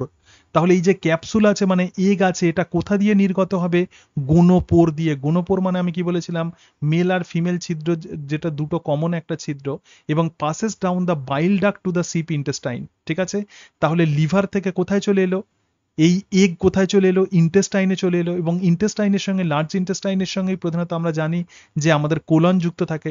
তারপরে কি হবে, from where it discharges to the exterior environment along with the faces. তাহলে মলের মধ্য দিয়ে এই এগ কিন্তু নির্গত হয়ে গেল। The egg can survive only on the damp soil, কেবলমাত্র ভিজে মাটিতে এটা জন্মাতে পারে। কিন্তু স্কিস্টোজোমা যেটা আছে মানে ব্লাড ফ্লুক যেটা আছে, তার এগ কিন্তু নন অপারকিউলেটেড, এবং এর সামনে কিন্তু স্পাইন থাকে মানে কাঁটা থাকে। সুতরাং দুটো স্টেজ আমরা দেখলাম, প্রথম যে স্টেজ আছে সেটা হচ্ছে অ্যাডাল্ট স্টেজ, আর সেকেন্ড যে স্টেজ আছে সেটা হচ্ছে এদের এগ, তো তাকে বলা হয় ক্যাপসুল বা তাকেই বলা হয় অপারকিউলেটেড এগ। ঠিক আছে, যেটা তোমাদেরকে মাথায় রাখতে হবে যে লাউরাস ক্যানাল এবং তার সঙ্গে সঙ্গে মেহেলিস গ্ল্যান্ড কি কাজ করে, এই অংশটা মেনলি আমাদেরকে মাথায় রাখতে হবে। ঠিক আছে, দেখো এটুকু ক্লিয়ার, কারোর অসুবিধা? এবারে আমরা মেন জায়গাতে চলে আসবো, তো সেটা হচ্ছে লার্ভা। সুতরাং এগ তো জলেতে নির্গত হলো। মোস্ট অফ দ্য ট্রিমাটোড, ম্যাক্সিমাম ট্রিমাটোডের 5টা লার্ভাল স্টেজ দেখা যায়, ফ্যাসিওলাতেও 5টা লার্ভাল স্টেজ দেখা যায়। প্রথম যে লার্ভা তো সেটা হচ্ছে মিরাসিডিয়াম লার্ভা, এটা জলেতে থাকে, এটা কিন্তু ফ্রি লিভিং লার্ভা। কোনো প্ল্যান্ট, কোনো এনিম্যাল, মানুষের দেহতেও এটা থাকে না, স্নেলের দেহতেও থাকে না, এটা জলেতে ফ্রি থাকে। সেকেন্ড যে লার্ভা তো এটা হচ্ছে স্পোরোসিস্ট। স্পোরোসিস্ট তাহলে কোথায় তৈরি হবে, স্নেলের দেহতে। স্পোরোসিস্ট থেকে কি তৈরি হবে, রেডিয়া, রেডিয়া থেকে সার্কারিয়া। এই তিনটে লার্ভা আমরা স্নেলের দেহতে দেখতে পাবো। মেটাসার্কারিয়াকে আমরা কোথায় দেখতে পাবো, সেকেন্ড ইন্টারমিডিয়েট হোস্টে দেখতে পাবো, অর্থাৎ অ্যাকোয়াটিক প্ল্যান্টে দেখতে পাবো। তাহলে প্রথমটাকে আমরা ফ্রি দেখতে পাবো এবং লাস্টটাকে আমরা দেখতে পাবো প্ল্যান্টসের দেহতে। ঠিক আছে, কিন্তু মাঝখানে তিনটেকে আমরা দেখলাম যে স্নেলের দেহতে দেখতে পাবো। এই যে সিকোয়েন্স আছে, এই সিকোয়েন্সটা কিন্তু খুব ইম্পর্টেন্ট, প্রচুর পরীক্ষাতে প্রশ্ন দেয়। কিন্তু স্কিস্টোজোমা মানে ব্লাড ফ্লুকে প্রধানত তিনটে লার্ভাল স্টেজ দেখা যায়, মিরাসিডিয়াম, স্পোরোসিস্ট আর হচ্ছে সার্কারিয়া। ঠিক আছে, তাহলে এই তিনটে দেখা যায়, মিরাসিডিয়াম, স্পোরোসিস্ট আর সার্কারিয়া। কোনো রেডিয়া লার্ভা দেখা যায় না। দেখো, the encapsulated embryo differentiated into the miracidium larva, অর্থাৎ যে এমব্রায়ো যেটা ছিল, এমব্রায়ো মানে কি, এই যে জাইগোট, দেখো এই জায়গাতে আগে প্রথমে ছবিটা তোমাদেরকে দেখাই। তাহলে আমরা দেখলাম যে মলের মধ্য দিয়ে অপারকিউলেটেড এগ নির্গত হলো, এবং এই যে জাইগোট এলে এই জাইগোটের ফার্দার ডেভেলপমেন্ট ঘটবে, ক্লিভেজ হবে, তার সঙ্গে একটা মাল্টিসেলুলার স্ট্রাকচার তৈরি হবে, এবং সেটাই হচ্ছে লার্ভা। এবং প্রথম যে লার্ভা তো সেটাই হচ্ছে মিরাসিডিয়াম লার্ভা। তাহলে এই যে অপারকিউলাম আছে, এই অপারকিউলামের ঢাকনা সরিয়ে মিরাসিডিয়াম লার্ভা এবার নিচে চলে এলো, কোথায়, জলেতে চলে এলো। জলেতে এসে এ কিন্তু ফ্রিলি সাঁতার কাটে। এবং মিরাসিডিয়াম লার্ভা প্রচন্ড অ্যাক্টিভ একটা লার্ভা। দেখো প্রথম যে লার্ভাল স্টেজ, তাহলে এক্ষেত্রে দেখো প্রথম যে larval stage in the life cycle, miracidium larva, the encapsulated embryo differentiated into the miracidium larva, egg shell open at the operculum, তাহলে অপারকিউলামে এগ সেল খুলে গেল এবং মিরাসিডিয়াম এমার্জেস মানে বেরিয়ে চলে এলো। মিরাসিডিয়ামকে অনেকটা কনিকাল বডি, ঠিক আছে, এটা হচ্ছে কনিকাল বডি, এরকম দেখতে হয়, এবং covered all over by cilia. তাহলে মিরাসিডিয়াম লার্ভা টোটাল এদের বডি কিন্তু সিলিয়া দিয়ে কভার থাকে, সেই জন্য এরা কিন্তু মুভ করতে পারে। The head lobe bears a penetration gland, তাহলে এদের হেডে একটা পেনিট্রেশন গ্ল্যান্ড থাকে, মানে কি, যা যে কারোর মধ্যে সে কিন্তু ঢুকে যেতে পারে। মিরাসিডিয়াম ডাস নট ফিড, এ কিন্তু কোনো খাবার খায় না, অ্যান্ড সুইম ডেসপারেটলি, পাগলের মতো এ হচ্ছে সাঁতার কাটে, সুইম ডেসপারেটলি, এ সবসময় খোঁজার চেষ্টা করে, trying to penetrate in any object, যে কোনো অবজেক্টে সে কিন্তু ঢুকে যেতে পারে। তাহলে অন্য কোনো অবজেক্টে ঢুকে গেলে সে মারা যায় মিরাসিডিয়াম, কিন্তু যদি কোনোভাবে সে খুঁজে পায়, যদি কোনোভাবে সে কোনো মানে স্নেলকে যদি খুঁজে পায়, মোলাস্কাকে যদি খুঁজে পায়, but only those succeed which come in contact with a specific intermediate host snail, সেটা লিমনাইয়া হতে পারে, সাকসিনিয়া ইত্যাদি, এগুলো সব হচ্ছে মানে জাস্ট শামুক ঝিনুক জাতীয় প্রাণীর দেহকে যদি খুঁজে পায় তবেই তারা সার্ভাইভ করবে। অন্য জায়গাতেও এরা ঢুকতে পারে কিন্তু সেখানে তারা সার্ভাইভ করে না। Those which do not come across the suitable host in about 24 hours after the hatching, তারা কিন্তু ডাই। তাহলে 24 ঘন্টার মধ্যে কিন্তু এদেরকে কিন্তু এই শামুক ঝিনুককে কিন্তু খুঁজে পেতে হবে। সুতরাং মিরাসিডিয়াম লার্ভা কোথায় ঢুকে গেল, সেকেন্ডারি হোস্ট মানে স্নেলের মধ্যে ঢুকে গেল। তাহলে স্নেলের মধ্যে তিনটে লার্ভাল স্টেজ আমরা দেখতে পাবো। প্রথম যে লার্ভাল স্টেজ তো সেটাই হচ্ছে স্পোরোসিস্ট, এই জায়গাতে দেখো স্পোরোসিস্ট, ভালো করে দেখো। সুতরাং মিরাসিডিয়াম লার্ভা আমরা দেখছি যে এ কিন্তু ঢুকে যাচ্ছে স্নেল বডিতে। তাহলে স্নেলের দেহতে পালমোনারি স্যাক থাকে, এটা একটা স্ট্রাকচার। এই পালমোনারি স্যাকের মধ্যে আমরা জানি যে প্রধানত এদের রেসপিরেশনে সাহায্য করে পালমোনারি স্যাক। তাহলে স্নেলের পালমোনারি স্যাকের মধ্যে এরা ঢুকে গেল। মিরাসিডিয়াম লার্ভা তাহলে কোথায় ঢুকে গেল, পালমোনারি স্যাকে ঢুকে গেল। ঢুকে গিয়ে কি হলো দেখো, মিরাসিডিয়ামের মধ্যে যেখানে প্রচুর পরিমাণে সিলিয়া ছিল, এই যে পালমোনারি স্যাকের মধ্যে যে লার্ভা ঢুকে গেল, তো এই এবার এই সিলিয়াকে সে কিন্তু রিলিজ করে দিল, এবং তার ফলে এই এই যে লার্ভা যেটা তৈরি হলো তো তাকেই আমরা বলবো স্পোরোসিস্ট। ঠিক আছে, তাকেই আমরা কি বলছি, স্পোরোসিস্ট। তাহলে স্পোরোসিস্টের মধ্যে আমরা কিন্তু কোনো রকম সিলিয়া দেখতে পাচ্ছি না, কিন্তু ঘটনা হচ্ছে এই স্পোরোসিস্টের মধ্যে একটা স্পেশাল টাইপের স্ট্রাকচার থাকে, তো তাকেই বলে জার্ম বল। একেই আমরা কি বলবো, জার্ম বল। জার্ম মানে কি, গ্যামেট। তাহলে এই জার্ম বল থেকেই কিন্তু পরবর্তীকালে রেডিয়া লার্ভা তৈরি হবে। তাহলে স্পোরোসিস্ট লার্ভার ভিতরে আবার কতগুলো লার্ভা তৈরি হচ্ছে, এখানে আমি যেমন ছবিতে দেখিয়েছি, একটা দুটো তিনটে চারটে। তাহলে ভাবো, তাহলে এই যে জার্ম বল, একটা জার্ম বল থেকে একটা লার্ভা, এখান থেকে একটা লার্ভা, এখান থেকে একটা লার্ভা, এখান থেকে একটা লার্ভা। ঠিক আছে, তাহলে একটা লার্ভার ভিতরে আমরা দেখছি যে আবার চারটে লার্ভা তৈরি হয়েছে, তার মানে কিরকম ভাবে এরা অ্যাম্প্লিফিকেশন করছে। ঠিক আছে, তাহলে প্রত্যেকটা জার্ম বল থেকে আবার কিন্তু রেডিয়া লার্ভা তৈরি হবে। কিন্তু এই যে রেডিয়া লার্ভা, এটা হচ্ছে ফার্স্ট জেনারেশন রেডিয়া লার্ভা। তাহলে স্পোরোসিস্ট উইথ রেডিয়া লার্ভা, এরপরে যে ঘটনাটা ঘটবে, স্পোরোসিস্টের ভিতরে রেডিয়া লার্ভা থাকবে। ঠিক আছে, এখানটা আপাতত আমরা বুঝলাম এই যে ফার্স্ট জেনারেশন রেডিয়া এবং সেকেন্ড জেনারেশন রেডিয়া কোনটা, এটা আমাদেরকে বুঝতে হবে। দেখো, miracidium larva penetrate into the pulmonary sac of the snail. Miracidium metamorphose মানে রূপান্তর হবে by casting off its ciliated covering. এর বাইরে যে সমস্ত সিলিয়া যে কভারিং ছিল মিরাসিডিয়ামের, তো সেগুলো প্রধানত কাস্টিং মানে কি, এরা ছেড়ে ফেলে দিচ্ছে।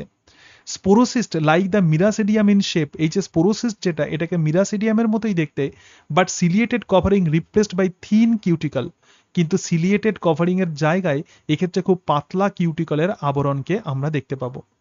এবং দেখো internal cavity of the sporocyst contains germ ball, তাহলে স্পোরোসিস্টের ভিতরে আমরা কাকে দেখতে পাচ্ছি? জার্ম বলকে, which undergo a process of cleavage resulting formation of the redia larva. তাহলে এই যে জার্ম বল আছে, এই জার্ম বলগুলো প্রত্যেকটা অনেকটা জাইগোটের মতো কাজ করছে এবং প্রত্যেকটা থেকে আবার রেডিয়া লার্ভা তৈরি হচ্ছে, এবং এই রেডিয়া লার্ভা তাহলে প্রথম generation redia larva. Sporocyst obtain nutrition from the host tissue, এ তো হোস্ট টিস্যুর মধ্যে ঢুকে গেছে। মিরাসিডিয়াম যেখানে কোনো খাবার খাচ্ছিল না, স্পোরোসিস্ট কিন্তু এই পালমোনারি স্যাকের থেকে খাবার নেবে। সুতরাং এই স্পোরোসিস্টের ভিতরে আমরা কাকে দেখলাম? রেডিয়া লার্ভাকে দেখলাম। ঠিক আছে, এবার দেখো রেডিয়া লার্ভা। সুতরাং এই জায়গাতে দেখো, এখানে আমরা দেখছি যে স্পোরোসিস্ট আছে। আচ্ছা, এই জায়গাতে আমরা দেখতে পাচ্ছি যে একটা রেডিয়া লার্ভা আছে। এবার আচ্ছা, এই জায়গাতে দেখো, আচ্ছা আগে এখানটা পড়িয়ে বলে দিই, তারপরে ওটা বলছি। তাহলে দেখো redia emerges from the sporocyst by rupture of its body wall, তাহলে স্পোরোসিস্টের ভিতরেই রেডিয়া লার্ভা তৈরি হবে এবং এই রেডিয়া লার্ভাগুলো স্পোরোসিস্টকে বিদীর্ণ করে বেরিয়ে আসবে। এগুলো এলংগেটেড এবং সিলিন্ড্রিক্যাল হয়। Mouth at the anterior end, তাহলে এই যে রেডিয়া লার্ভা যেটা তৈরি হলো তাদের সামনের দিকে কি থাকবে? মাউথ থাকবে, এবং also collar near the anterior end, এবং কলারও থাকবে। তাহলে এটাই হচ্ছে স্পোরোসিস্ট। এবং তাহলে এটা হচ্ছে রেডিয়া লার্ভা। ঠিক আছে, তাহলে রেডিয়া লার্ভার মধ্যে কলার থাকবে এবং তার সঙ্গে সঙ্গে মাউথ থাকবে। Redia move through the host tissue on which it also feeds, তাহলে যে জায়গাতে এরা থাকে তাহলে সেখান থেকেই তারা খাবার নেবে। Movement by the muscular contraction and the collar move, তাহলে এদের মুভমেন্ট কিভাবে? এদের মাস্কুলার কন্ট্রাকশন এবং কলারের সাহায্যে এরা মুভ করবে, এবং move various organ but prefer the digestive gland, বিভিন্ন অর্গানে মুভ করে কিন্তু ডাইজেস্টিভ গ্ল্যান্ডেই এরা থাকতে পছন্দ করে, কারণ সেখানেই খাবার বেশি থাকে। এবং এদের interior of body is also contains the germ ball, তাহলে এদের দেহের ভিতরেই কিন্তু জার্ম বল থাকে, হুইচ আর ডিফারেন্সিয়েটেড। দেখো এইবার দেখো, সুতরাং আমরা প্রথমে যেটা দেখলাম তো সেটা হচ্ছে স্পোরোসিস্ট, এবং স্পোরোসিস্ট থেকে অনেকগুলো লার্ভা বেরোয়, একটা জার্ম বল থেকে অনেকগুলো লার্ভা বেরোয়। তো এই যে লার্ভা যেটা বেরিয়েছে এটা হচ্ছে ফার্স্ট জেনারেশন লার্ভা। ঠিক আছে, তাহলে এটা কোথা থেকে বেরিয়েছে? ডিরেক্টলি এটা বেরিয়েছে কোথা থেকে? স্পোরোসিস্ট থেকে বেরিয়েছে। এবার এই যে ফার্স্ট জেনারেশন যে রেডিয়া আছে, এই ফার্স্ট জেনারেশন রেডিয়ার মধ্যে আবার কিন্তু জার্ম বল থাকে। ঠিক আছে, এর মধ্যে আবার কি থাকবে? জার্ম বল থাকবে। সুতরাং দেখো, এই জার্ম বল আবার বছরে আবার দুবার এখান থেকে কিন্তু দুটো লার্ভা তৈরি হবে। দেখো বলছে interior of the body is also contains the germ ball which are differentiated into during summer, যখন গরম হবে তখন কি হবে? গরম পড়বে।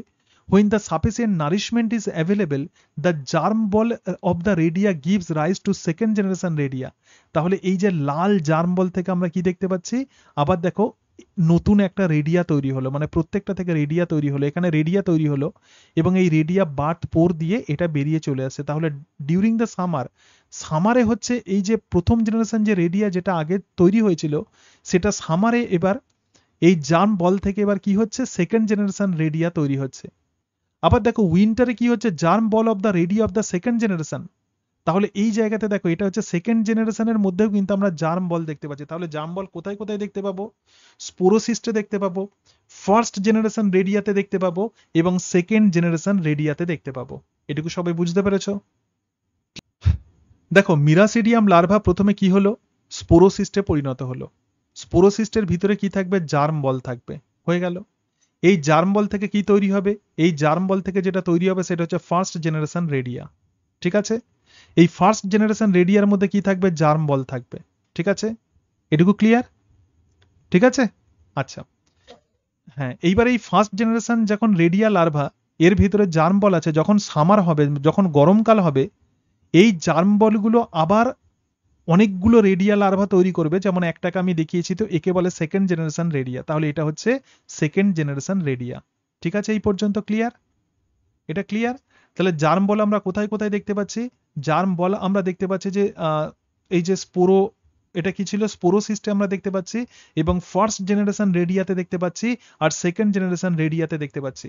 ফার্স্ট জেনারেশন রেডিয়ার জার্ম বল কি তৈরি করবে? সেকেন্ড জেনারেশন রেডিয়া লার্ভা তৈরি করবে। কোন সময়? সামারে। ক্লিয়ার এটা? ঠিক আছে? এই যে সেকেন্ড জেনারেশন রেডিয়া লার্ভা কখন তৈরি হচ্ছে? যখন সামার মানে গরমকালে তৈরি হচ্ছে। যখন শীতকাল হবে তখন কি হবে?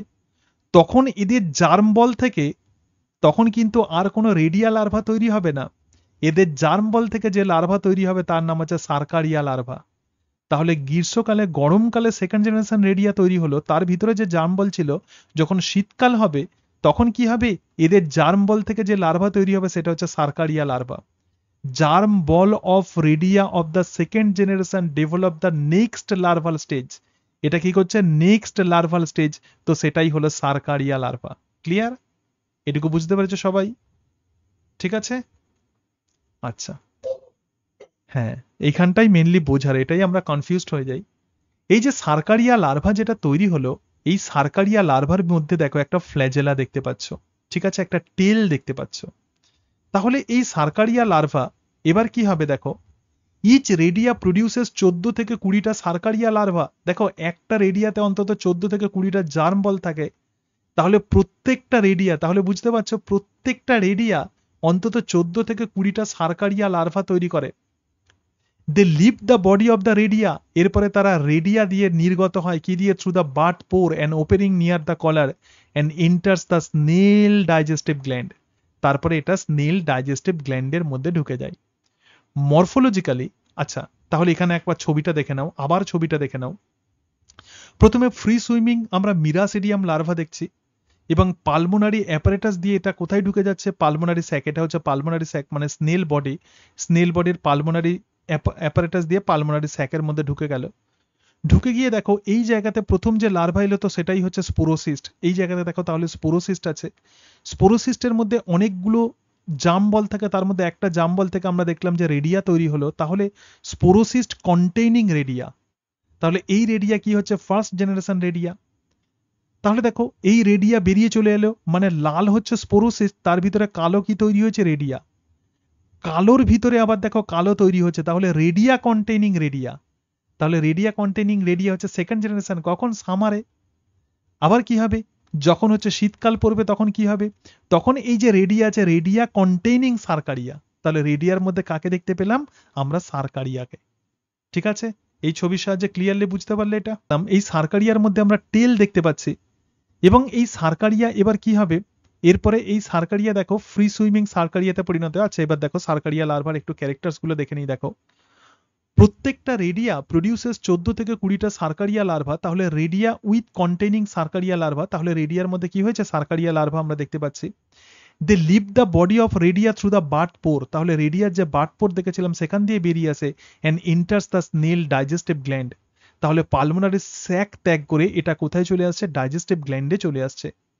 মরফোলজিক্যালি এই যে cercaria larva closely resemble with the adult fluke, এটাকে অনেকটা অ্যাডাল্ট ফ্লুকের মতো দেখতে হয়। তার মানে কি কেবলমাত্র টেল ছাড়া এক্ষেত্রে কিন্তু আমরা সাকার দেখতে পাবো। আগের লার্ভাগুলোতে কোনো সাকার আমরা দেখতে পাবো না, কিন্তু এই জায়গাতে আমরা দুটো সাকার দেখতে পাচ্ছি। দেখো morphologically it closely resemble with the adult fluke provided with long tail oral and the ventral সাকার। তাহলে দুটো সাকার আমরা দেখতে পাচ্ছি, কিন্তু ঘটনা হচ্ছে এখানে আমরা টেল দেখতে পাবো। টেল যেহেতু আছে তাহলে move actively by the tail and forces their way out of the snail body.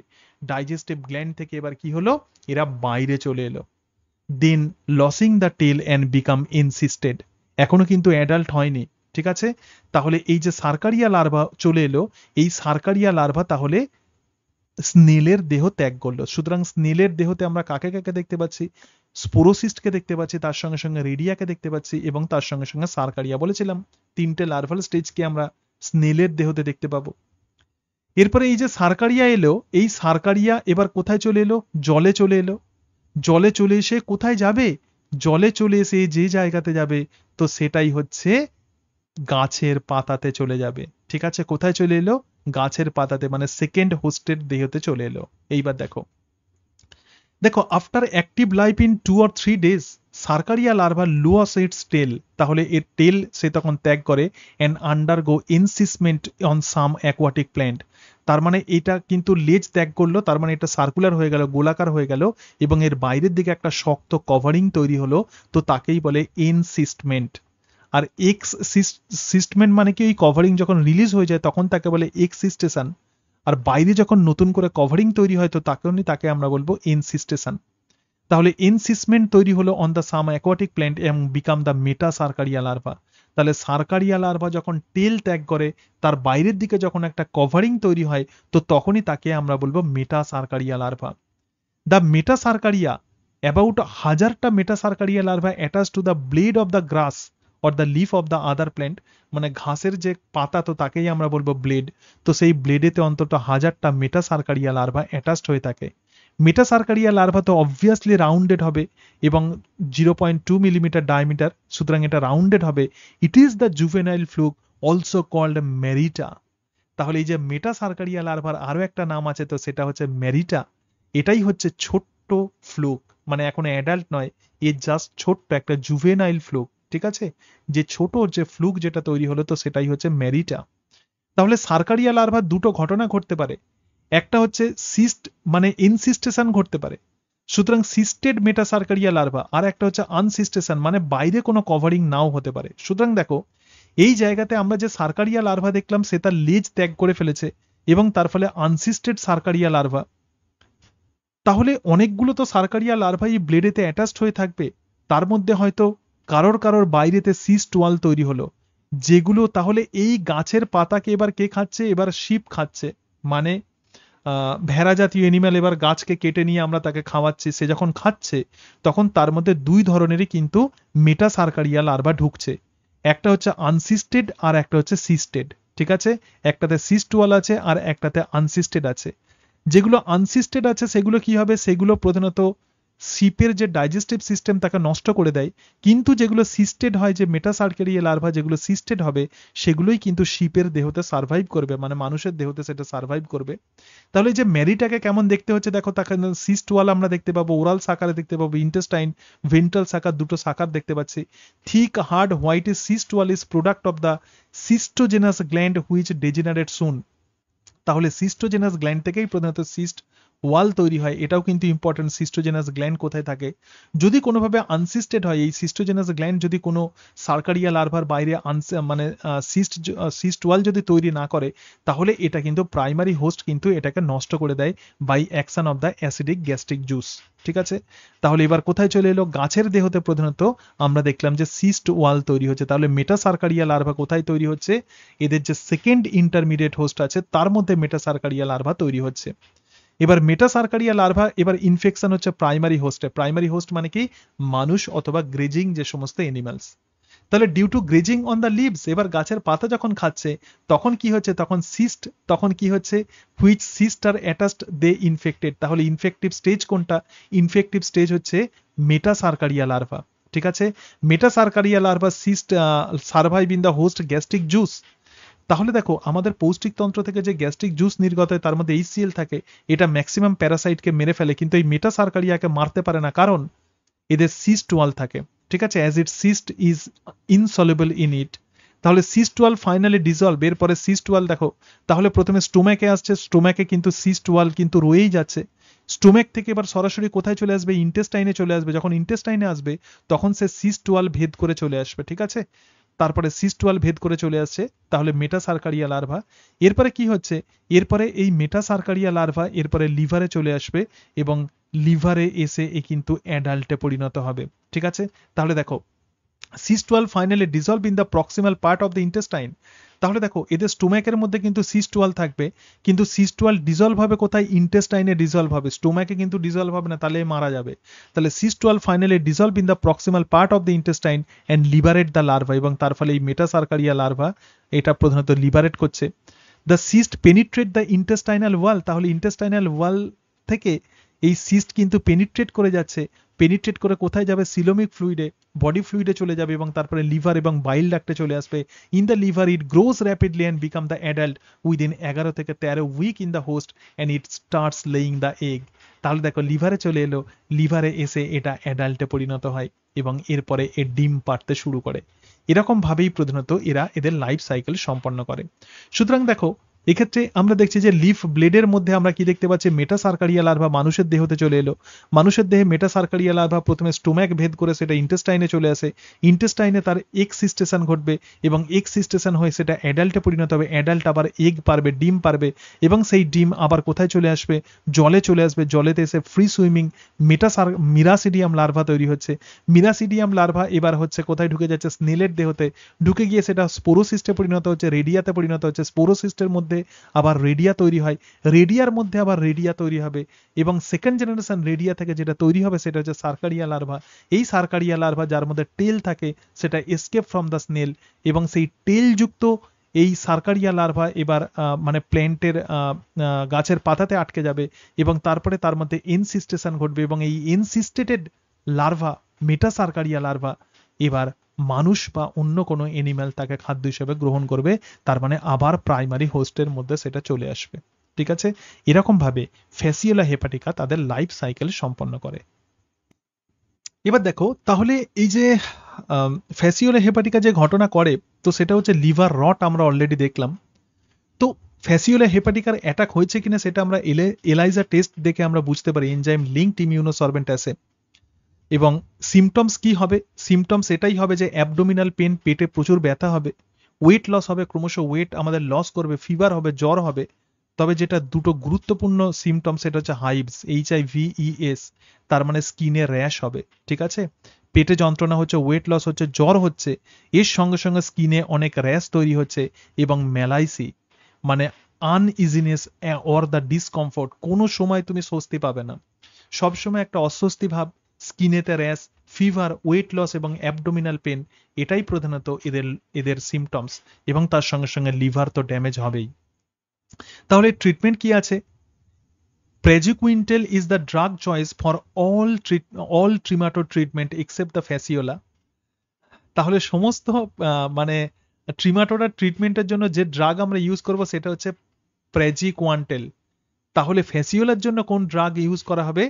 ট্রাইক্লোবেঞ্জাডল। ঠিক আছে, ট্রাইক্লোবেন্ডাজল ইউজ করা হয়। সুতরাং প্রেজিকুইন্টেল কেউ যদি খায় ফ্যাসিওলা কিন্তু তার ট্রিটমেন্ট হবে না, এটা প্রধানত গরুর ওষুধ। আচ্ছা, যেটা বলছিলাম যে প্রেজিকুইন্টেল কিন্তু অন্যান্য ট্রিমাটোডা ট্রিটমেন্টে ব্যবহার করা হয়। অন্যান্য ট্রিমাটোড বলতে তোমাদের দেখালাম ইন্টেস্টাইনে ট্রিমাটোড থাকতে পারে, ব্লাডে থাকতে পারে স্কিস্টোসোমা যেমন, তার সঙ্গে সঙ্গে লাংসে থাকতে পারে, লিভারে যেটা থাকে তো সেটাই আমরা পড়ছি। কিন্তু লিভারের জন্য যে ফ্যাসিওলা হেপাটিকা থাকে তার জন্য কিন্তু আলাদা একটা ড্রাগ থাকবে, একটা আলাদা ওষুধ, তো সেটাই হচ্ছে বেন্ডাজোল। ঠিক আছে, তাহলে এটাই হচ্ছে প্রধানত ফ্যাসিওলা হেপাটিকা। ক্লিয়ার? তাহলে ফ্যাসিওলা হেপাটিকাতে মেইনলি কোন কোন লার্ভাল স্টেজগুলো কোথায় থাকে এগুলো অনেক সময় পরীক্ষাতে প্রশ্ন দেয়, কোনটা ফ্রি সুইমিং লার্ভা এবং কোন লার্ভাল স্টেজ কেমন সিকোয়েন্সে থাকে, এগুলোই কিন্তু প্রশ্ন মেইনলি দেওয়া হয়। ঠিক আছে, এটুকু ক্লিয়ার? তাহলে পরের অংশে যাই, অ্যাসকারিস। এবার দেখো এরপরে আরো একটা প্যারাসাইট আমরা পড়ে নেব, তো সেটা হচ্ছে অ্যাসকারিস লুম্ব্রিকয়েডস। তো অ্যাসকারিস প্রধানত যে ফাইলামের অন্তর্গত অ্যাসকারিস লুম্ব্রিকয়েডস, তো সেটাই হচ্ছে আস্কহেলমিনথিস। আগে আমরা যেটা দেখলাম তো সেটা হচ্ছে প্ল্যাটিহেলমিনথিস, তো এটা হচ্ছে আস্কহেলমিনথিস। এবং এই আস্কহেলমিনথিসের আন্ডারে অনেকগুলো ক্লাস আছে, তবে সব থেকে লার্জেস্ট যে ক্লাস তো সেটাই হচ্ছে নিমাটোডা। নিমাটোডার মধ্যে তাহলে আমরা কি দেখতে পেলাম? প্ল্যাটিহেলমিনথিসে যেমন আমরা ইনকমপ্লিট ডাইজেস্টিভ সিস্টেম দেখেছিলাম, এক্ষেত্রে কিন্তু আমরা কমপ্লিট ডাইজেস্টিভ সিস্টেম দেখতে পাবো। এবং এক্ষেত্রে আমরা লং এবং স্লেন্ডার, অর্থাৎ এদের বডি কিন্তু ফ্ল্যাট নয়, লম্বা এবং স্লেন্ডার বডি, খুব পাতলা বডি হয়, তো একেই বলা হয় রাউন্ড ওয়ার্ম। তাহলে নিমাটোডা মানে হচ্ছে রাউন্ড ওয়ার্ম। ঠিক আছে, আর এক্ষেত্রে আমরা দেখলাম যে প্ল্যাটিহেলমিনথিসের আন্ডারে যেটা আছে তো সেটা হচ্ছে যে ট্রিমাটোডা মানে হচ্ছে ফ্লুক এবং সিস্টোডা মানে হচ্ছে ফ্ল্যাট ওয়ার্ম মানে ফিতাকৃমি। আর এই ক্ষেত্রে নিমাটোডা মানে হচ্ছে গোলকৃমি, এর ফাইলাম কিন্তু ডিফারেন্ট, তো সেটা হচ্ছে আস্কহেলমিনথিস। ঠিক আছে, যেমন অ্যাসকারিস, উচেরেরিয়া, ব্যাংক্রফটি, এরা প্রধানত যেটা ফাইলেরিয়াসিস রোগ ঘটায় কিউলেক্স মশার কামড়ে, তো সেটা কিন্তু এই ফাইলাম আস্কহেলমিনথিসের অন্তর্গত এবং ক্লাস নিমাটোডার অন্তর্গত। সুতরাং এই যে অ্যাসকারিস লুম্ব্রিকয়েডস, আগে একটু অ্যাসকারিস লুম্ব্রিকয়েডসকে একটুখানি দেখে নাও কেমন হয়, তাকে কেমন দেখতে হয়। তো অ্যাসকারিস লুম্ব্রিকয়েডসে মেল এবং ফিমেল কিন্তু সেপারেটেড হয়। দেখো মেল আর ফিমেল কিন্তু সেপারেটেড হয়। মেলের মেলের দৈর্ঘ্য বা লেন্থ প্রধানত ফিমেলের তুলনায় অনেক প্রধানত ছোট হয় এবং মেলের বডির একদম শেষ প্রান্তটা বাঁকানো থাকে এবং এই জায়গায় স্পেশাল স্ট্রাকচার থাকে, তো তাকেই আমরা বলবো পিনিয়াল সিটা। তাহলে এই অ্যাসকারিস লুম্ব্রিকয়েডস যদি আমাদের অ্যাটাক করে তাহলে যে ডিজিজটা হয় তো তার নামই হচ্ছে অ্যাসকারিয়াসিস। তো এক্ষেত্রে কিন্তু ডিফারেন্ট লার্ভা গুলো সম্পর্কে আমাদের জানতে হবে। দেখো, সুতরাং এই জায়গাটা একটু দেখে নাও। আচ্ছা, দেখো, ডিজিজ হচ্ছে Ascaris lumbricoides causes the ascariasis disease. It is infection to the small intestine. ভালো করে মাথায় রাখবে, অ্যাসকারিস লুম্ব্রিকয়েডস কোথায় থাকবে? ক্ষুদ্রান্ত্রের মধ্যে থাকবে, স্মল ইন্টেস্টাইনে থাকবে, লার্জ ইন্টেস্টাইন নয়। কোথায়? স্মল ইন্টেস্টাইনে। স্মল ইন্টেস্টাইনের তিনটা পার্ট আছে, ডিওডিনাম, জেজুনাম এবং ইলিয়াম। সুতরাং এটা কিন্তু জেজুনামের মধ্যে থাকে by this largest nematode parasite. ঠিক আছে, it is a soil transmitted helminth. তাহলে কিসের মধ্য দিয়ে ট্রান্সমিটেড হয়? মাটির মধ্য দিয়ে ট্রান্সমিটেড হয়। আমরা যদি কোনো নোংরা খাবার ইত্যাদি অনেক সময় বাচ্চা শিশুরা মুখ দেয়, হাত মুখেতে দেয়, তাহলে তার মধ্য দিয়ে প্রধানত এই অ্যাসকারিস লুম্ব্রিকয়েডসের ডিম তাদের শরীরে চলে যেতে পারে, mainly affecting the tropical countries including India. About 807 থেকে 1200 million people affected globally, of which 120 থেকে 250 মিলিয়ন আর দ্য সিমটোম্যাটিক। তার মানে দেখো কত মানুষ এক্ষেত্রে প্রধানত অ্যাটাক হচ্ছে অ্যাসকারিস লুম্ব্রিকয়েডস দিয়ে, কিন্তু ডিজিজ ঘটায় সিমটোম্যাটিক, মানে কি ডিজিজ সিমটমস আমরা দেখতে পাবো 120 থেকে 250 জনের মধ্যে ডিজিজ সিমটমস দেখতে পাবো। বাকি ক্ষেত্রে মলের মধ্য দিয়ে এই কৃমি বেরিয়ে যায়। ঠিক আছে, সিমটমস তাহলে কি হবে? অ্যাসকারিয়াসিসের সিমটমস কি হবে? অ্যাবডোমিনাল পেন, পেটে ব্যথা হবে, ভমিটিং হবে, বমি ভাব, হেডএক, মাথার যন্ত্রণা, ইরিটেবিলিটি, একটা অস্বস্তি ভাব, নাইট টেরর্স। অনেক সময় বাচ্চারা বলে যে প্রচুর দুঃস্বপ্ন দেখছে। ঠিক আছে, অনেক সময় বলে না যে স্বপ্ন দেখে আমাদের ঘুম হচ্ছে না। আমার ছেলেরও এরকম হচ্ছিল, বলছে স্বপ্ন দেখে ঘুম হচ্ছে না। তখন ওকে যাই হোক ওই অ্যালবেন্ডাজল খাওয়াতে সেটা ঠিক হয়েছে। সুতরাং তার মানে কি? তার মানে ওর মধ্যে অ্যাসকারিস লুম্ব্রিকয়েডস এর ডিম কোনোভাবে ঢুকে গিয়েছিল। সুতরাং এই যে নাইট টেরর্স, মানে রাতে দুঃস্বপ্ন দেখবে বাচ্চারা, ডায়রিয়া, স্যালিভেশন, মুখ দিয়ে ক্রমশ লালা নির্গত হবে, পেশেন্ট গিটস হিজ টিথ। অনেক সময় বলে না যে দাঁত কিরমির করে বাচ্চারা, এর কারণটা কি? কারণ এই অ্যাসকারিস লুম্ব্রিকয়েডস এর অ্যাটাকের জন্যই এটা হয়। তাহলে দেখো দুটো সিমটমস, যদি দেখো যে দুটো সিমটমস বাচ্চাদের মধ্যে যদি আমরা দেখি, একটা হচ্ছে নাইট টেরর্স আর একটা হচ্ছে গিটস হিজ টিথ, মানে দাঁত কিরমির করছে এরকম ভাবে, তাহলে জানবে যে সেক্ষেত্রে কিন্তু এই অ্যাসকারিস লুম্ব্রিকয়েডস কোনোভাবে তাকে অ্যাটাক করেছে। ঠিক আছে, তখন ওই অ্যালবেন্ডাজল টাইপের ওষুধ, কৃমিনাশক ওষুধগুলো খাওয়াতে হবে। When the adult worm migrate through the intestinal wall they cause the severe peritonitis. যখন অ্যাডাল্ট ওয়ার্ম যখন ইন্টেস্টাইনাল ওয়ালে যখন চলাফেরা করবে, তখন কিন্তু প্রচুর পরিমাণে পেটে কিন্তু যন্ত্রণা হবে, ব্যথা হবে, পেটে লাগবে। ঠিক আছে, তো পেরিটোনাইটিস তখন দেখা যাবে। তাহলে দুটো ইম্পর্টেন্ট সিমটমস, একটা হচ্ছে নাইট টেরর্স আর একটা হচ্ছে গিটস হিজ টিথ। এই দুটো হচ্ছে ইনফেক্টিভ মানে ইম্পর্টেন্ট সিমটমস। তাহলে ইনফেক্টিভ ফর্ম কি হবে? দেখো, ascaris involve only one host. আগে আমরা যেমন দেখলাম যে ফ্যাসিওলা হেপাটিকার মোট 3টে হোস্ট লাগে, তো এক্ষেত্রে কেবলমাত্র একজনের দেহতেই এই অ্যাসকারিস লুম্ব্রিকয়েডস কাজ করবে, তো সেটা হচ্ছে মানুষ। এবং এমব্রায়োনেটেড এগ, এই যে বললাম এমব্রায়োনেটেড এগ, তার মানে কি এগের ভিতরে এমব্রায় থাকবে, containing L2 larva is infective stage. এদের বিভিন্ন লার্ভাল স্টেজ দেখা যায়, তার মধ্যে L2 লার্ভা, তো এই L2 লার্ভাকেই আমরা বলবো র‍্যাবডিটিফর্ম লার্ভা। তো এটাই কিন্তু ইনফেক্টিভ স্টেজ। L2 লার্ভা হচ্ছে ইনফেক্টিভ স্টেজ। ঠিক আছে, তাহলে একটাই হোস্ট এবং ইনফেক্টিভ স্টেজ কি? L2 larva. ট্রান্সমিশন কিভাবে হয়? এই লার্ভার ট্রান্সমিশন কিভাবে হয়? Injection of the embryonated egg from contaminated soil, food and the water. তার মানে মাটি, কোনো খাবার অথবা জল দিয়ে প্রধানত এরা সংক্রামিত হয়। Among the children playing in the contaminated soil, বাচ্চারা প্রধানত মাটিতে খেলাধুলা করে, there is hand to mouth transfer of the eggs. তার মানে হাত, মাটি যখন সে ঘাঁটছে সেই মাটির মধ্য দিয়ে এদের ডিম কিন্তু বাচ্চা শিশুদের শরীরে ঢুকে যেতে পারে। কোন রকম ইন্টারমিডিয়েট হোস্ট এক্ষেত্রে প্রয়োজন হয় না। Man is only known definitive host. ঠিক আছে, মানুষই প্রধানত ডেফিনেটিভ হোস্ট, মানুষের মধ্যেই এরা এদের সেক্সুয়াল সাইকেল সম্পন্ন করে। তাহলে অ্যাসকারিস লুম্ব্রিকয়েডস বুঝতে গেলে আগে জানতে হবে সে কিভাবে ট্রান্সমিটেড হয়, এবং তার সঙ্গে সঙ্গে এটা প্রধানত এদের এক্ষেত্রে সিমটমস কি আমরা দেখলাম, এবং তার সঙ্গে সঙ্গে ইনফেক্টিভ স্টেজ আমরা দেখলাম। দেখো, আমি এই অংশগুলো বলছি আগে, তার আগে আমরা একটুখানি এদের লাইফ সাইকেল প্যাটার্নটা একটু দেখে নিই, তাহলে টোটাল অংশটা তোমাদের বুঝতে একদম খুব সুবিধা হবে। একটু দেখে নাও। তাহলে দেখো, মাটির মধ্য দিয়ে এটা হচ্ছে এদের এগ। ঠিক আছে, এমব্রায়োনেটেড এগ ইন দ্য ফেসেস। তাহলে মলেতে কি হলো? মলের মধ্য দিয়ে কোনো মলত্যাগ করলো, সেই মলের মধ্যে মাটিতে কি হলো? এটা সয়েল ট্রান্সমিটেড এটা।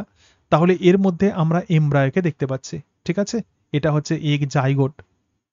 তো এই জাইগোট প্রথমে কি হচ্ছে L1 লার্ভাতে পরিণত হয়, ডিমের মধ্যেই কিন্তু L1 লার্ভা তৈরি হচ্ছে, লার্ভা 1।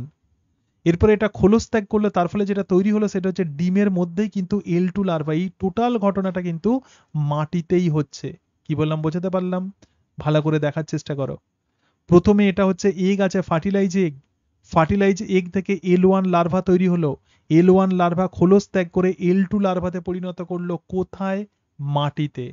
L2 লার্ভা পর্যন্ত কোথায় তৈরি হলো? মাটিতে, সয়েলে। এরপরে কি হবে? বাচ্চা শিশুরা যখন এই মাটিকে যখন খাবে, তাহলে তার মধ্যে কোন এমব্রায়োনেটেড এগ, মানে এগের ভিতরে এমব্রায়ো মানে লার্ভা আছে, সেই লার্ভাটার নাম কি? L2 larva. Man infected by injection of the embryonated egg. তাহলে এগের ভিতরে যদি লার্ভা থাকে তো তখনই তাকে আমরা বলবো এমব্রায়োনেটেড এগ। তো এই এগের মধ্যেই লার্ভাটা তখন মানুষ খাবার হিসাবে খেয়ে নিল। তো এই যে লার্ভা L2 লার্ভা, তো একেই বলা হয় rhabditiform larva. Rhabditiform larva hatches out from the egg. তাহলে র‍্যাবডিটিফর্ম লার্ভা এটা কিন্তু এগের ভিতরে ছিল, দেখো। তাহলে L2 outside the body of the host, তো এটাই হচ্ছে ইনফেক্টিভ স্টেজ। তাহলে মুখ দিয়ে খাবার খেয়ে সেটা এবার কোথায় চলে গেল? এই এমব্রায়োনেটেড এগ যেটা, তো সেটা এবার কোথায় চলে গেল? স্মল ইন্টেস্টাইনে। যখন এই সময় আসছে, স্মল ইন্টেস্টাইনের মধ্যে L2 larva liberate from the egg sell. দেখো প্রথমে এটা কিন্তু এগ সেলের মধ্যে ছিল L2 লার্ভা, এবার স্মল ইন্টেস্টাইনের মধ্যে শুধুমাত্র আমরা লার্ভাকে দেখতে পাচ্ছি, বাইরে কোনো কভারিং দেখতে পাচ্ছি না স্মল ইন্টেস্টাইনে। ঠিক আছে? স্মল ইন্টেস্টাইনের মধ্যে এবার সেকেন্ড মোল্টিং করলো। প্রথম মোল্টিং কোথায় করেছিল? মাটিতে। সেকেন্ড মোল্টিং কোথায় করছে? স্মল ইন্টেস্টাইনে। করে এবার কিসে পরিণত হবে? L3 larva. কোথায়? স্মল ইন্টেস্টাইনে। ঠিক আছে?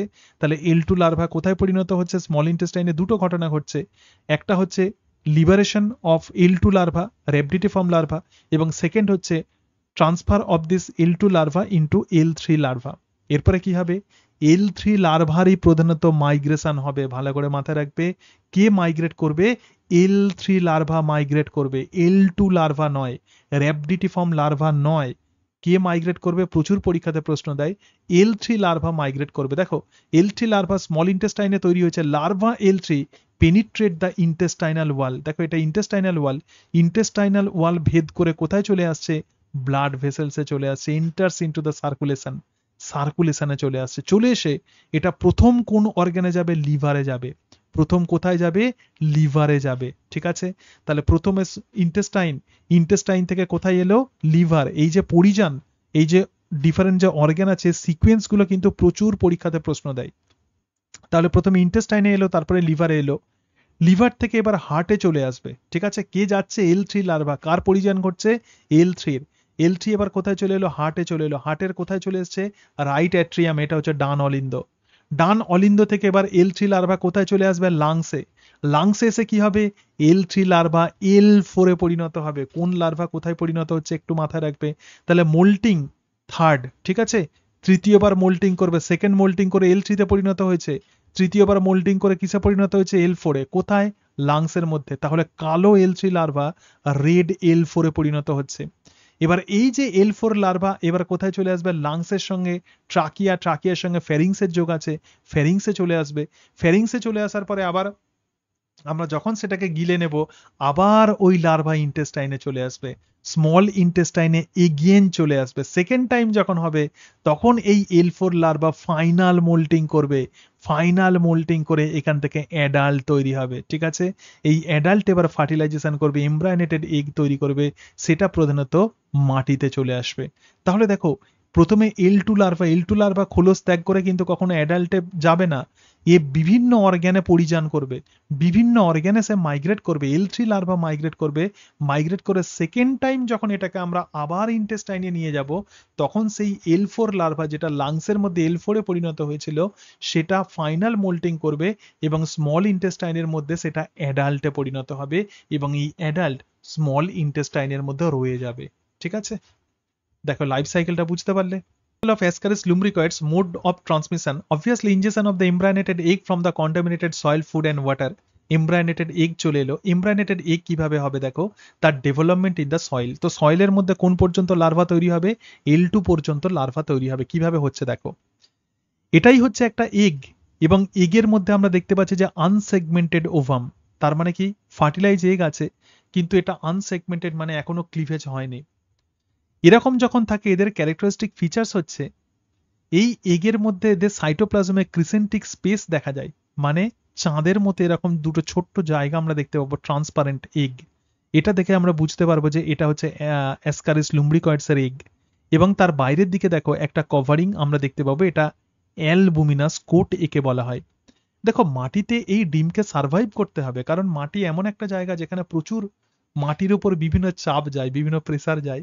তো এদের এগ যাতে নষ্ট না হয়ে যায়, তো সেই জন্য এখানে কিন্তু একটা শক্ত অ্যালবুমিন প্রোটিন যুক্ত একটা আবরণ থাকে। এগস আর produced in the large number, 20,000 per day, প্রতিদিন 20,000টা ডিম পারে এরা। And are fertilized in the upper part of the uterus of the ascaris female. ঠিক আছে, মেল আর ফিমেল যেহেতু ডিফারেন্ট হয়, এবং তার সঙ্গে সঙ্গে স্মল ইন্টেস্টাইনের মধ্যে মেল আর ফিমেল নিজেদেরকে পুরো কয়েলড করে থাকে। এবং তখন কি হবে, মেল তার স্পার্মকে ফিমেল বডিতে দিয়ে দেবে, এবং দিয়ে দিলে সেই ফিমেল বডির মধ্যে, আমি যেটা বলছি অ্যাসকারিসের দেহের কথা বলছি, ফিমেল বডির মধ্যে ফার্টিলাইজেশন হবে। এবং অন্তত মানে এই ফার্টিলাইজেশন এবার হলো, তাহলে ফার্টিলাইজেশন হওয়ার পরে এরপরে কি হবে, এটা কাইটিনিয়াস এগ সেলে এটা কভারিং হবে। ফার্টিলাইজে কন্টেইন এ লার্জ আনসেগমেন্টেড ওভাম, তার মানে এক্ষেত্রে দেখো এই যে আনসেগমেন্টেড যে জাইগোট যেটা তৈরি হয়েছে এটা অনেকটা বড় হয়, এবং তার সঙ্গে সঙ্গে এদের সাইটোপ্লাজমে দুটো ক্লিয়ার স্পেস আমরা দেখতে পাই। ক্রিসেন্টিক স্পেস আমরা তাহলে কোন ক্ষেত্রে আমরা দেখতে পাবো, এই অ্যাসকারিসের ক্ষেত্রে আমরা দেখতে পাবো। মাটিতে ঘটছে ঘটনাটা, টোটাল কোথায় ঘটছে, মাটিতে, ডেভেলপমেন্ট ইন সয়েল। এবার দেখো the egg in this condition is pass to the outside along with the স্টুল of the host. তাহলে মলের মধ্য দিয়ে এটা কোথায় চলে এলো, মাটিতে চলে এলো। At this stage they are not infective to the man. তাহলে এই এমব্রায়োনেটেড এগ কিন্তু মানুষকে অ্যাটাক করবে না। The development of the zygote, তো জাইগোট থেকে প্রথমে L1 লার্ভা তৈরি হবে। তাহলে দেখো এই লাল যে আনসেগমেন্টেড ওভাম এটা কিসে পরিণত হচ্ছে, L1 এ পরিণত হচ্ছে। এবং তারপরে কি হচ্ছে, এটা র্যাবডিটিফর্ম লার্ভা L1 এ পরিণত হচ্ছে, এবং তারপরে L2 larva takes place outside the body of the human host. তাহলে and it takes long time depending upon the atmospheric temperature and the humidity, 10 থেকে 40 দিন সময় লাগে র্যাবডিটিফর্ম লার্ভা তৈরি করতে। ঠিক আছে, the egg containing coiled up to L2 larva or the embryo is the infective to the man and call the embryonated egg. তাহলে L2 লার্ভাযুক্ত যে এগ, একেই প্রথমত আমরা এমব্রায়োনেটেড এগ বলবো, এবং এই এমব্রায়োনেটেড এগই কিন্তু প্রকৃতপক্ষে মানুষকে অ্যাটাক করে। এরপরে কি হচ্ছে, ফলোইং দ্য ইনজেকশন, যখন আমরা খাদ্য হিসেবে নিয়ে নিলাম, the egg hatch out to liberate the L2 larva, তখন এগ এবার কি হচ্ছে, স্মল ইন্টেস্টাইনের মধ্যে L2 লার্ভাতে পরিণত হয়। এবং L2 larva which molt once second molting, প্রথম মোল্টিং মাটিতে করেছিল, সেকেন্ড মোল্টিং এবার আমাদের স্মল ইন্টেস্টাইনে করছে, এবং করে সেটা L3 লার্ভাতে পরিণত হচ্ছে। The L2 larva is called the rhabditiform larva, তো L2 লার্ভাকেই আমরা বলবো rhabditiform larva which is present inside the embryonated egg. The egg passes to the duodenum, তাহলে ডিওডিনামের পরে জেজুনামে থাকবে। ঠিক আছে, তাহলে ডিওডিনামে আসবে where the digestive juices weaken the egg shell. Rhabditiform larva egg covering এর মধ্যে ছিল, ডিওডিনামের জুস এসে ওই এগ সেলকে কি করছে, লুজ করে দিচ্ছে, এবং তার ফলে L2 লার্ভা এক্ষেত্রে ইমার্জ করে দিচ্ছে through the egg shell. Egg shell থেকে সেটা বাইরে বেরিয়ে চলে আসছে as a result of the splitting and not by digestion of the egg shell. এক্ষেত্রে কিন্তু কোনো এনজাইম এগ সেলকে ডাইজেস্ট করছে না, জাস্ট এই ছিদ্র তৈরি করে এরা বেরিয়ে চলে আসছে। It takes about 2 hours to hatch, মানে অন্তত 2 ঘন্টা সময় লাগে। এত ডিটেলসে পড়তে হবে না, তাহলে কোথায় কি ঘটনাটা ঘটছে এই যেগুলো হাইলাইট করেছে এইগুলোই ভালো করে পড়বে। After hatching L2 larva mould and form the L3 larva, এবং হ্যাচিং হওয়ার পরে L2 লার্ভা L3 লার্ভাতে পরিণত হয়। L3 লার্ভা তাহলে কি করছে, পেনিট্রেট দ্য ইন্টেস্টাইন, ইন্টেস্টাইন দেওয়াল ভেদ করে দিচ্ছে, ভেদ করে দিয়ে সেটা প্রথমে কোথায় চলে আসছে, সেটা প্রথমে রাইট সাইড অফ দ্য হার্টে চলে আসছে ভায়া দ্য পোর্টাল সার্কুলেশন। তারপরে কি হচ্ছে, এটা লাংসে চলে আসছে via the pulmonary capillary and where the molt once, তাহলে তৃতীয় মোল্টিং এর ফলে L4 লার্ভা তৈরি হচ্ছে। L4 লার্ভা এবার কি করছে, লাংস থেকে ফ্যারিংসে চলে আসছে, আবার ফ্যারিংসে চলে আসছে, ফ্যারিংস এসে finally are swallowed to reenter the intestine, তাহলে আবার সে কিন্তু ইন্টেস্টাইনে রি এন্টার করছে। তাহলে দেখো L3 লার্ভা কি করছে, 12 the mucus membrane of the intestine, তাহলে L3 লার্ভা প্রথমে ইন্টেস্টাইন ওয়ালকে ভেদ করছে, ভেদ করে এটা প্রথমে লিম্ফ নোডে আসছে, লিম্ফ নোড থেকে এটা কোথায় আসছে, লিভারে আসছে। ঠিক আছে, লিভারের মধ্যে 3 থেকে 4 দিন থাকে, এবং লিভার থেকে এবার কি হচ্ছে, হেপাটিক ভেন থেকে ইনফেরিয়ার ভেনা কেভা, আমরা জানি যে হার্টের সঙ্গে সুপিরিয়র এবং ইনফেরিয়ার ভেনা কেভা অ্যাটাচড হয়ে থাকে। ইনফেরিয়ার মানে নিচের দিকে, নিম্ন মহাশিরা যেটাকে বলা হয়, সেখান দিয়ে রাইট অ্যাট্রিয়াম অফ দ্য হার্টে চলে আসে, এবং সেখানে এসে সে কিন্তু মোল্টিং করবে এবং L4 লার্ভাতে পরিণত হবে। আচ্ছা, সেটা কিন্তু আবার হার্টে চলে আসবে, হার্টে চলে আসার পর সেটা লাংসে চলে আসবে এবং লাংসে এসে মোল্টিং হবে, লাংসেই কিন্তু L4 লার্ভা তৈরি হবে and become the much bigger, আরও বড় হয়ে যাবে। Break capillary wall enters into the lung alveoli, তারপরে বঙ্কাই, তারপরে ট্রাকিয়াতে আসবে, তারপরে ল্যারিংসে আসবে, তারপরে ফ্যারিংসে আসবে, তারপরে স্মল ইন্টেস্টাইনে আসবে। ঠিক আছে, স্মল ইন্টেস্টাইনে চলে এলো। চলে আসার পরে এবার কি হবে দেখো, the L4 larva which is matured in the lungs enter into the small intestine. তাহলে L4 লার্ভা এবার স্মল ইন্টেস্টাইনে চলে এলো। চলে আসার পরে কি হবে, L4 larva undergo final moulting here, second time small ইন্টেস্টাইনে এসে ফাইনাল মোল্টিং করবে and develop into the adult worm. এরপরে অ্যাডাল্ট ওয়ার্ম তৈরি করবে স্মল ইন্টেস্টাইনে। They while staying in the lungs become resistant to the gastric juice. যখন লাংসের মধ্যে থাকে তখন গ্যাস্ট্রিক জুস এর কোনো ক্ষতি করতে পারে না। অ্যাবাউট 6 থেকে 10 উইকের মধ্যে এরা সেক্সুয়ালি ম্যাচিওর হয়। The worm producing eggs within the 2 month, এত সময়গুলো মনে রাখতে হবে না, এখানটা দেখে নাও। ফাইনাল মোল্টিং হয়ে এটা অ্যাডাল্টে পরিণত হচ্ছে 6 থেকে 10 সপ্তাহের মধ্যে এরা সেক্সুয়ালি ম্যাচিওর্ড হয় এবং সেক্সুয়ালি ম্যাচিওর্ড হয়ে ফিমেল এবার কি করবে, এমব্রায়োনেটেড এগ তৈরি করবে। সেই এমব্রায়োনেটেড এগ এবার লিবারেট করবে ফেসেসের মধ্য দিয়ে। ফলোইং ফার্টিলাইজেশন, ফার্টিলাইজেশনের পরে female worm start the laying egg and which are passed in the faces. Sometimes before mating the female worm may lay egg which are unfertilized, অনেক সময় আনফার্টিলাইজ এগও এরা কিন্তু পারতে পারে। দ্য গ্র্যাভিড ফিমেলের মধ্যে অন্তত 2.4 লাখ এগ পার ডে এরা প্রধানত রিলিজ করে। অ্যাসকারিস এমব্রায়োনেটেড এগ, এখানটা ভালো করে দেখে নাও, মাটিতে অ্যাসকারিসের embryonated egg survive for as long as 15 বছর as they are highly resistant due to present of the characteristic thick egg shell. তাহলে দেখো অ্যাসকারিসের এগ কত বছর পর্যন্ত সার্ভাইভ করতে পারে, 15 বছর পর্যন্ত। ক্যান ইউ ইমাজিন, 15 বছর পর্যন্ত অ্যাসকারিসের এগ কিন্তু মাটিতে সার্ভাইভ করতে পারে উইদাউট এনি চেঞ্জেস। ঠিক আছে, তারপরে দেখো অ্যাসকারোসাইড কাকে বলে, lipoprotein present in the egg shell. এর কারণটা হচ্ছে অ্যাসকারোসাইড একটা লাইপোপ্রোটিন এগ শেলে থাকে, is responsible for its resistant to the disinfectant. এমনকি মাটিতে যদি আমরা কোনো কিছু স্প্রেও করে দিই বা কোনো ডিসইনফেক্ট্যান্ট যদি স্প্রে করি তাহলেও কিন্তু এদের এগ কিন্তু মরে না। এর কারণটা হচ্ছে এদের এগেতে একটা কেমিক্যাল থাকে, তো তার নাম হচ্ছে অ্যাসকারোসাইড, যেটা রেজিস্ট্যান্ট টু দ্য ডিসইনফেক্ট্যান্টস। ঠিক আছে, এবার দেখো তাহলে এই জায়গাটা আমরা দেখে নিলাম। এরপরে আমরা যেটা পড়বো তো সেটা হচ্ছে অ্যাডাল্ট ওয়ার্ম বলে। সুতরাং আমরা তো এটা আমরা দেখলাম যে প্রকৃতপক্ষে তারা কিভাবে লাইফ সাইকেল সম্পন্ন করে। তো এবার আমরা যেটা দেখবো তো সেটা হচ্ছে অ্যাডাল্ট ওয়ার্ম। অ্যাডাল্ট ওয়ার্মে দেখো এক্সক্রেটরি সিস্টেমে দুটো লঙ্গিটিউডিনাল এক্সক্রেটরি ক্যানাল আমরা দেখতে পাবো, আর এরা কিন্তু সিউডোসিলামেট হবে। আস্কেলমেন্থিস সব সময় সিউডোসিলামেট হয়। ঠিক আছে, pseudocoelom filled with odorous protein call the perienteric fluid. এত মাথায় রাখতে হবে না, শুধুমাত্র এটা মাথায় রাখবে, এরা সিউডোসিলামেট হয়। এবার মেল আর ফিমেলের একটু বিষয়টা দেখে নাও। বলছে মেল হচ্ছে 15 থেকে 25 সেন্টিমিটার ইন লেন্থ এবং 3 থেকে 4 মিলিমিটার ডায়ামিটার, আর ফিমেল কিন্তু 25 থেকে 40 সেন্টিমিটার লেন্থ। তার মানে এক্ষেত্রে মেলের দৈর্ঘ্য ছোট হয় আর ফিমেলের দৈর্ঘ্য বড় হয়। এবং মাউথের মধ্যে 3টে লিপ থাকে, একটা ডরসাল আর 2টো ভেন্ট্রাল, মানে মুখেতে 3টে মেমব্রেনাস এদের হচ্ছে লিপ বা ঠোঁট থাকে। লুম্ব্রিকাস মিনিং দ্য আর্থওয়ার্ম।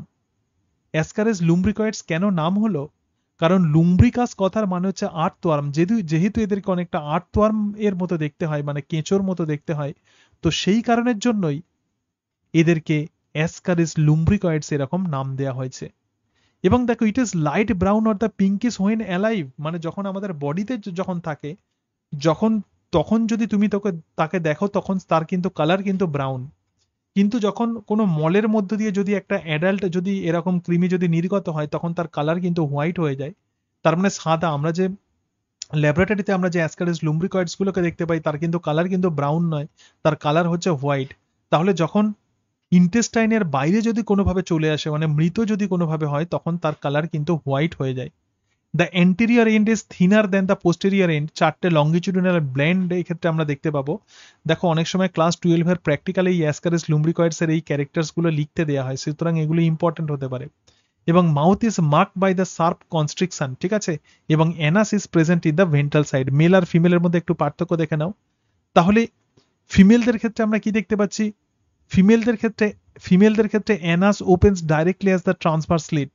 তাহলে অ্যানাস, যেহেতু এদের ডাইজেস্টিভ সিস্টেম কমপ্লিট হয়, তাহলে অ্যানাস ট্রান্সভার্স স্লিট হিসাবে প্রধানত নির্গত হয়, মানে পায়ুছিদ্র প্রধানত একটা ছিদ্র হিসাবে প্রধানত চলে আসে পায়ুছিদ্র। কিন্তু মেলদের ক্ষেত্রে anus open with ejaculatory duct into the cloaca. তাহলে ক্লোয়াকার মধ্য দিয়ে অ্যানাস কিন্তু ওপেন হয়। তাহলে ক্লোয়াকা হলো সেই ছিদ্র যার মধ্যে ডাইজেস্টিভ সিস্টেম, এক্সক্রেটরি সিস্টেম এবং তার সঙ্গে সঙ্গে রিপ্রোডাক্টিভ সিস্টেম ওপেন হয়। তাহলে মেলদের ক্ষেত্রে আমরা ক্লোয়াকা দেখতে পাবো, কিন্তু ফিমেলদের ক্ষেত্রে কিন্তু ক্লোয়াকা দেখতে পাবো না। কারণ কি? Female can be distinguished by separate and independent genital aperture on the ventral side. ঠিক আছে, তাহলে এক্ষেত্রে আমরা কি দেখতে পাবো? এদের জেনিটাল অ্যাপারচার দেখতে পাবো on the ventral side about 1/3 of the body of the length from the anterior. তার মানে এই যে সামনের দিকে যে অ্যান্টেরিয়ার আছে তার 1/3 অংশ, টোটাল বডিকে যদি আমরা 3 ভাগে ভাগ করি, এটা একটা ভাগ, এটা একটা ভাগ আর এটা একটা ভাগ, তার মানে এই যে ফার্স্ট 1/3 পোর্শনে প্রধানত আমরা জেনিটাল অ্যাপারচার দেখতে পাবো, মানে ফিমেল গণপোর দেখতে পাবো। আর excretory pore little down from the anterior, দেখো সামনের থেকে জাস্ট একটু নিচের দিকে, লিটল ডাউন মানে কি সামনের থেকে জাস্ট একটু নিচের দিকে। তাহলে এক্ষেত্রে দেখো তিনটে ছিদ্র তুমি দেখতে পাচ্ছ, একটা কি এক্সক্রেটরি পোর মানে রেচন ছিদ্র, একটা হচ্ছে জনন ছিদ্র আর একটা হচ্ছে পায়ু ছিদ্র, মানে তিনটে ডিফারেন্ট ছিদ্র দেখতে পাচ্ছি।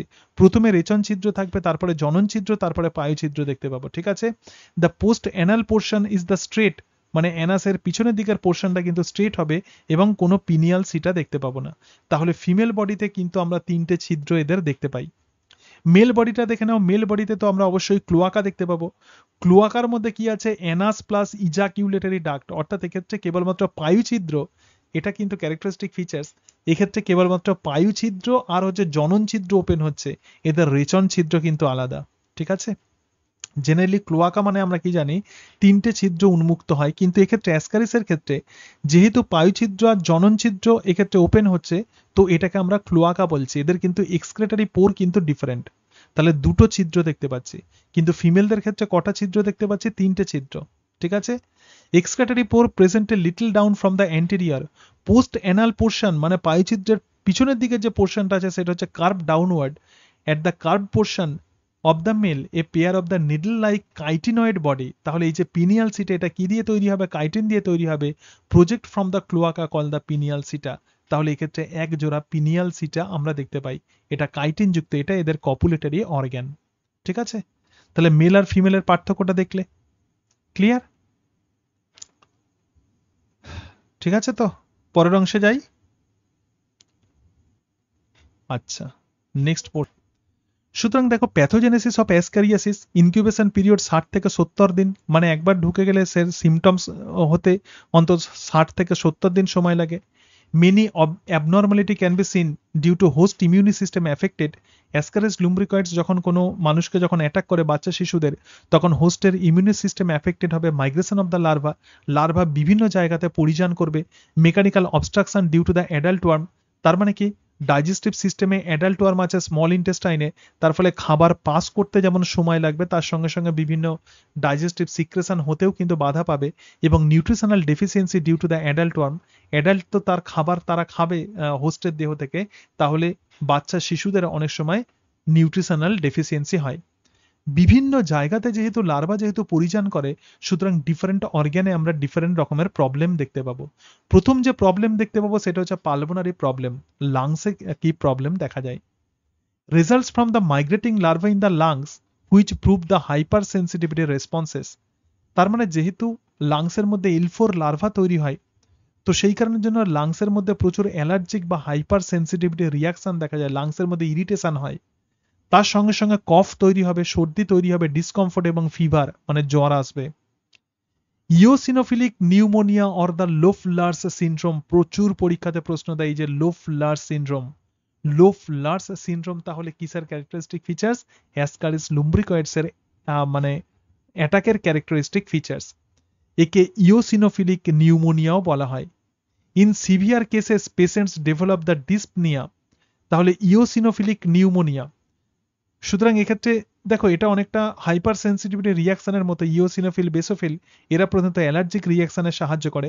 সুতরাং এরকম কন্ডিশনে ইওসিনোফিলের পরিমাণ প্রচুর ব্লাডেতে বেড়ে যায়, তার সঙ্গে সঙ্গে নিউমোনিয়া হয়, একেই বলা হয় লোফলার সিনড্রোম। এবং তার সঙ্গে সঙ্গে নাভির চারপাশে কিন্তু প্রচুর ব্যথা হয়। ঠিক আছে, সুতরাং লোফলার সিনড্রোম এর বিশেষত্ব কি?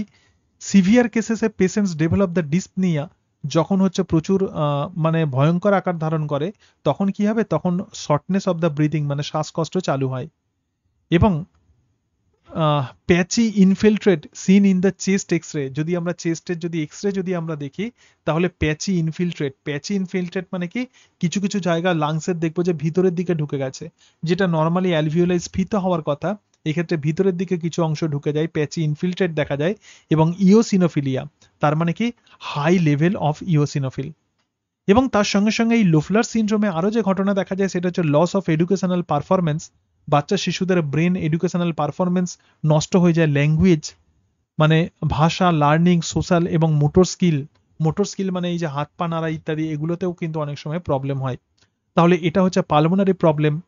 এর কারণটাই হচ্ছে মাইগ্রেটিং লার্ভা, এবং পালমোনারি প্রবলেমকেই আমরা বলবো লোফলার সিনড্রোম, যাকে ইওসিনোফিলিক নিউমোনিয়া বলা হয়।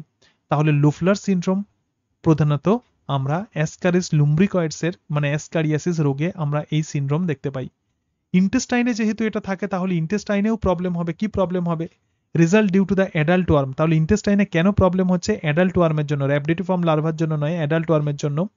ক্রনিক, ক্রনিক মানে কি, পারজিস্ট ফর দ্য লং টাইম, দীর্ঘদিন ধরে ম্যালনিউট্রিশন, অনেক দিন ম্যালনিউট্রিশন থাকবে, অ্যান্ড দ্য গ্রোথ রিটার্ডেশন, এই ঘটনা ঘটবে যে সমস্ত শিশুদের 5 বছরের কম বয়স, তারা অপুষ্টিতে ভুগবে। এবং intestinal obstruction, perforation or the volvulus, volvulus মানে ব্লক হবে, ঠিক আছে? তার মানে কি খাবার দাবার ঠিকঠাকভাবে পৌঁছতে পারবে না লার্জ ইন্টেস্টাইন প্লাস অন্যান্য জায়গায়। যার 5 বছর বয়সের বেশি শিশুদের এই ঘটনাটা ঘটবে, এবং তার ফলে অ্যাকিউট পেন, হঠাৎ করে যন্ত্রণা শুরু হবে, ঠিক আছে? তাহলে ম্যালনিউট্রিশন এবং অ্যাকিউট পেন কোন ক্ষেত্রে হবে? Intestinal problem. সামটাইমস প্যানক্রিয়াটাইটিস, কখনো কখনো প্যানক্রিয়াসেও প্রবলেম হবে, প্যানক্রিয়াটাইটিস হবে। এবং worm may migrate to the pharynx and cause the respiratory obstruction and block the Eustachian tube. অনেক সময় এই অ্যাডাল্ট ওয়ার্ম ইউস্টেচিয়ান নালীকেও কিন্তু ব্লক করে দিতে পারে, যেটা ফ্যারিংসের সঙ্গে ইন্টারনাল ইয়ারের কানেকশন ঘটায়। এছাড়া কি হয়? ম্যাসিভ ইনফেকশন, যখন ইনফেকশন হয়, মে রিচ দ্য সার্কুলেশন, অর্থাৎ অ্যাডাল্ট ওয়ার্ম তখন সার্কুলেশনে চলে যায়, ব্লাড সার্কুলেশনে চলে যায়, এবং বিভিন্ন অর্গ্যান যেমন কিডনি, ব্রেন এবং স্পাইনাল কর্ডকে এরা ড্যামেজ করে দিতে পারে। Even the worm may be secreted through the urine, এমনকি মূত্র দিয়েও এই ওয়ার্ম কিন্তু সিক্রেটেড হতে পারে। সুতরাং এগুলো হচ্ছে ইম্পর্টেন্ট। তোমরা দেখবে যে সিলেবাসে আছে যে লাইফ সাইকেল, তার সঙ্গে সঙ্গে প্যাথোজেনেসিটি, তার সঙ্গে সঙ্গে ট্রিটমেন্ট, এরকম বিষয়গুলো আছে, সেই জন্য এগুলো আমাদের দেখতে হবে। তাহলে অ্যাসকারিস লুম্ব্রিকয়েডসের অ্যাটাকের জন্য লোফলার সিনড্রোম হয় মেনলি, এটা ভালো করে খেয়াল করবে, ঠিক আছে? এরপরে অন্যান্য প্রবলেম আমরা দেখলাম। এরপরে আমরা যেটা দেখবো সেটা হচ্ছে ল্যাবরেটরি ডায়াগনোসিস। একটু দেখে নাও ল্যাব ডায়াগনোসিস। বিভিন্ন স্টেজে আমরা একে ডায়াগনোসিস করতে পারবো, যেহেতু শিশুদের হয় সেই কারণের জন্য বিভিন্ন স্টেজে ডায়াগনোসিস অত্যন্ত গুরুত্বপূর্ণ। Both fertilised and the unfertilised egg can be detected by the stool examination, মানে আমরা মল পরীক্ষা করলে আমরা কাকে দেখতে পাবো? ডিমকে দেখতে পাবো, ফার্টিলাইজ আর আনফার্টিলাইজ এগ। আমরা দেখলাম যে অ্যাসকারিস লুম্ব্রিকয়েডস দুই ধরনেরই এগকে প্রধানত তারা পারতে পারে, একটা ফার্টিলাইজ হতে পারে অথবা আনফার্টিলাইজড হতে পারে।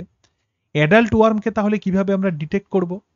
Adult worm may be detected in the stool or the sputum of the patient by the naked eye. তাহলে দেখো অনেক সময় থুতু ফেললেও সেখান থেকেও কিন্তু ওয়ার্ম নির্গত হবে, বুঝতে পারছো? এবং তার সঙ্গে সঙ্গে মলের সঙ্গেও নির্গত হবে। Ultrasound or the cholangiopancreatography, তাহলে কোলানজিও পেন ক্রিয়াটোগ্রাফি কোন ক্ষেত্রে করা হয়? Diagnosis of the adult ascaris lumbricoides এর ডিটেকশন, ঠিক আছে? Cholangiopancreatography should be done to detect the adult worm in extra intestinal site, মানে অন্যান্য জায়গাতে ঢুকে গেছে কিনা, অর্থাৎ এক্ষেত্রে কিডনি, ব্রেন এবং স্পাইনাল কর্ড এফেক্ট করেছে কিনা সেটা দেখার জন্য এই পরীক্ষা করা হয়, কোলানজিও পেন ক্রিয়াটোগ্রাফি, ঠিক আছে? এটা তাহলে এটা ডিটেকশন করা হবে অ্যাডাল্ট ওয়ার্মের ডিটেকশনের জন্য। তাহলে এগের ডিটেকশন দেখলাম, লার্ভার মানে অ্যাডাল্টের ডিটেকশন দেখলাম।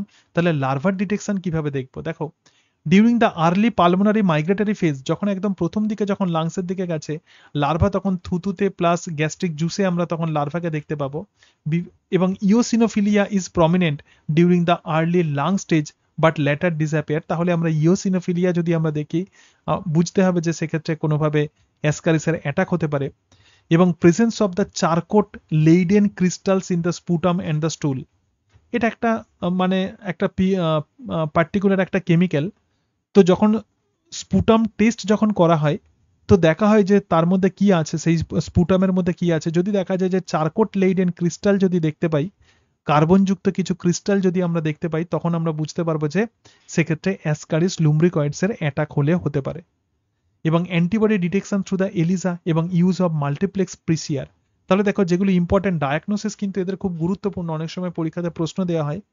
তাহলে দেখো এক্ষেত্রে কোলানজিও প্যানক্রিয়াটোগ্রাফি প্রধানত অ্যাসকারিস লুম্ব্রিকয়েডসের ডায়াগনোসিস টেস্ট, এবং তার সঙ্গে সঙ্গে ইওসিনোফিলিয়া এবং Charcot Leiden crystal in the sputum. তাহলে স্পুটামে যখন এটাকে আমরা দেখতে পাবো, তো তখনই আমরা বুঝবো যে অ্যাসকারিস লুম্ব্রিকয়েডসের অ্যাটাক হয়েছে।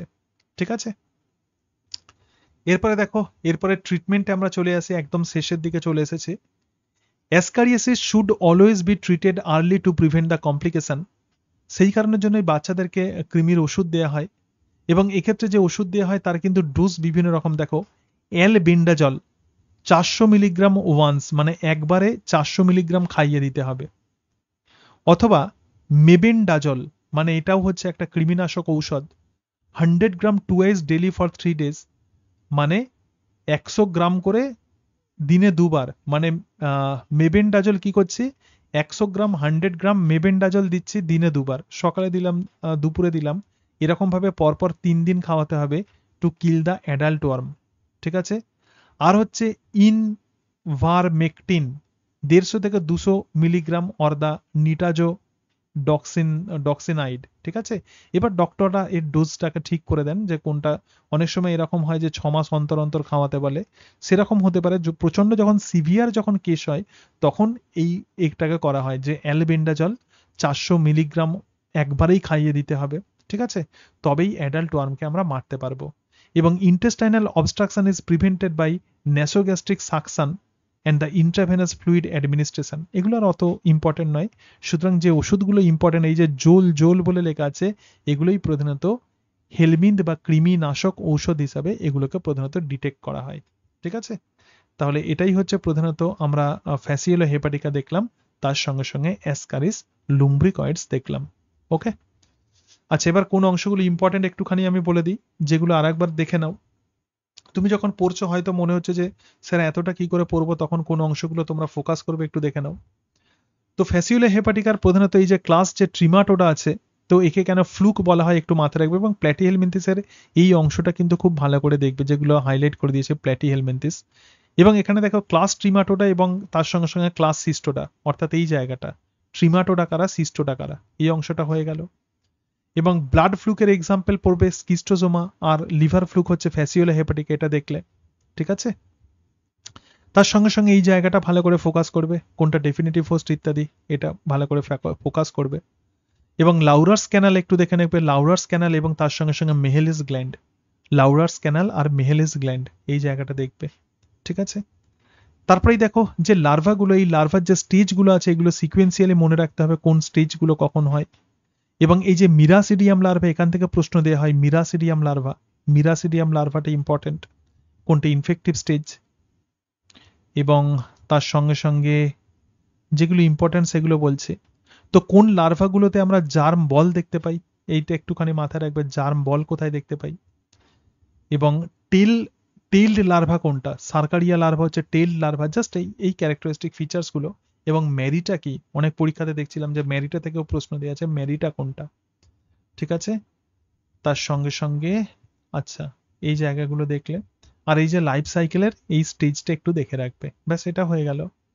এবং অ্যাসকারিসের যেটা ইম্পর্টেন্ট যেটা, তো সেটা হচ্ছে এদের যে পরিযান, এই যে যেটা বললাম যে পরিযান যেটা, এই জায়গাটাই মেনলি অ্যাসকারিসের ইম্পর্টেন্ট। এই যে অংশটা আছে এটা খুব ভালো করে পড়বে। আর কোনটা ইনফেক্টিভ স্টেজ, সয়েলে প্রধানত কোনটা ডেভেলপমেন্ট ঘটছে, র্যাপটিটিফর্ম লার্ভা কোন টাইপের লার্ভাল স্টেজকে কোন অর্গ্যানে দেখা যায়, এবং সিকুয়েন্সিয়ালি কোন অর্গ্যান থেকে কোন অর্গ্যানে এলট্রি লার্ভা মাইগ্রেট করে।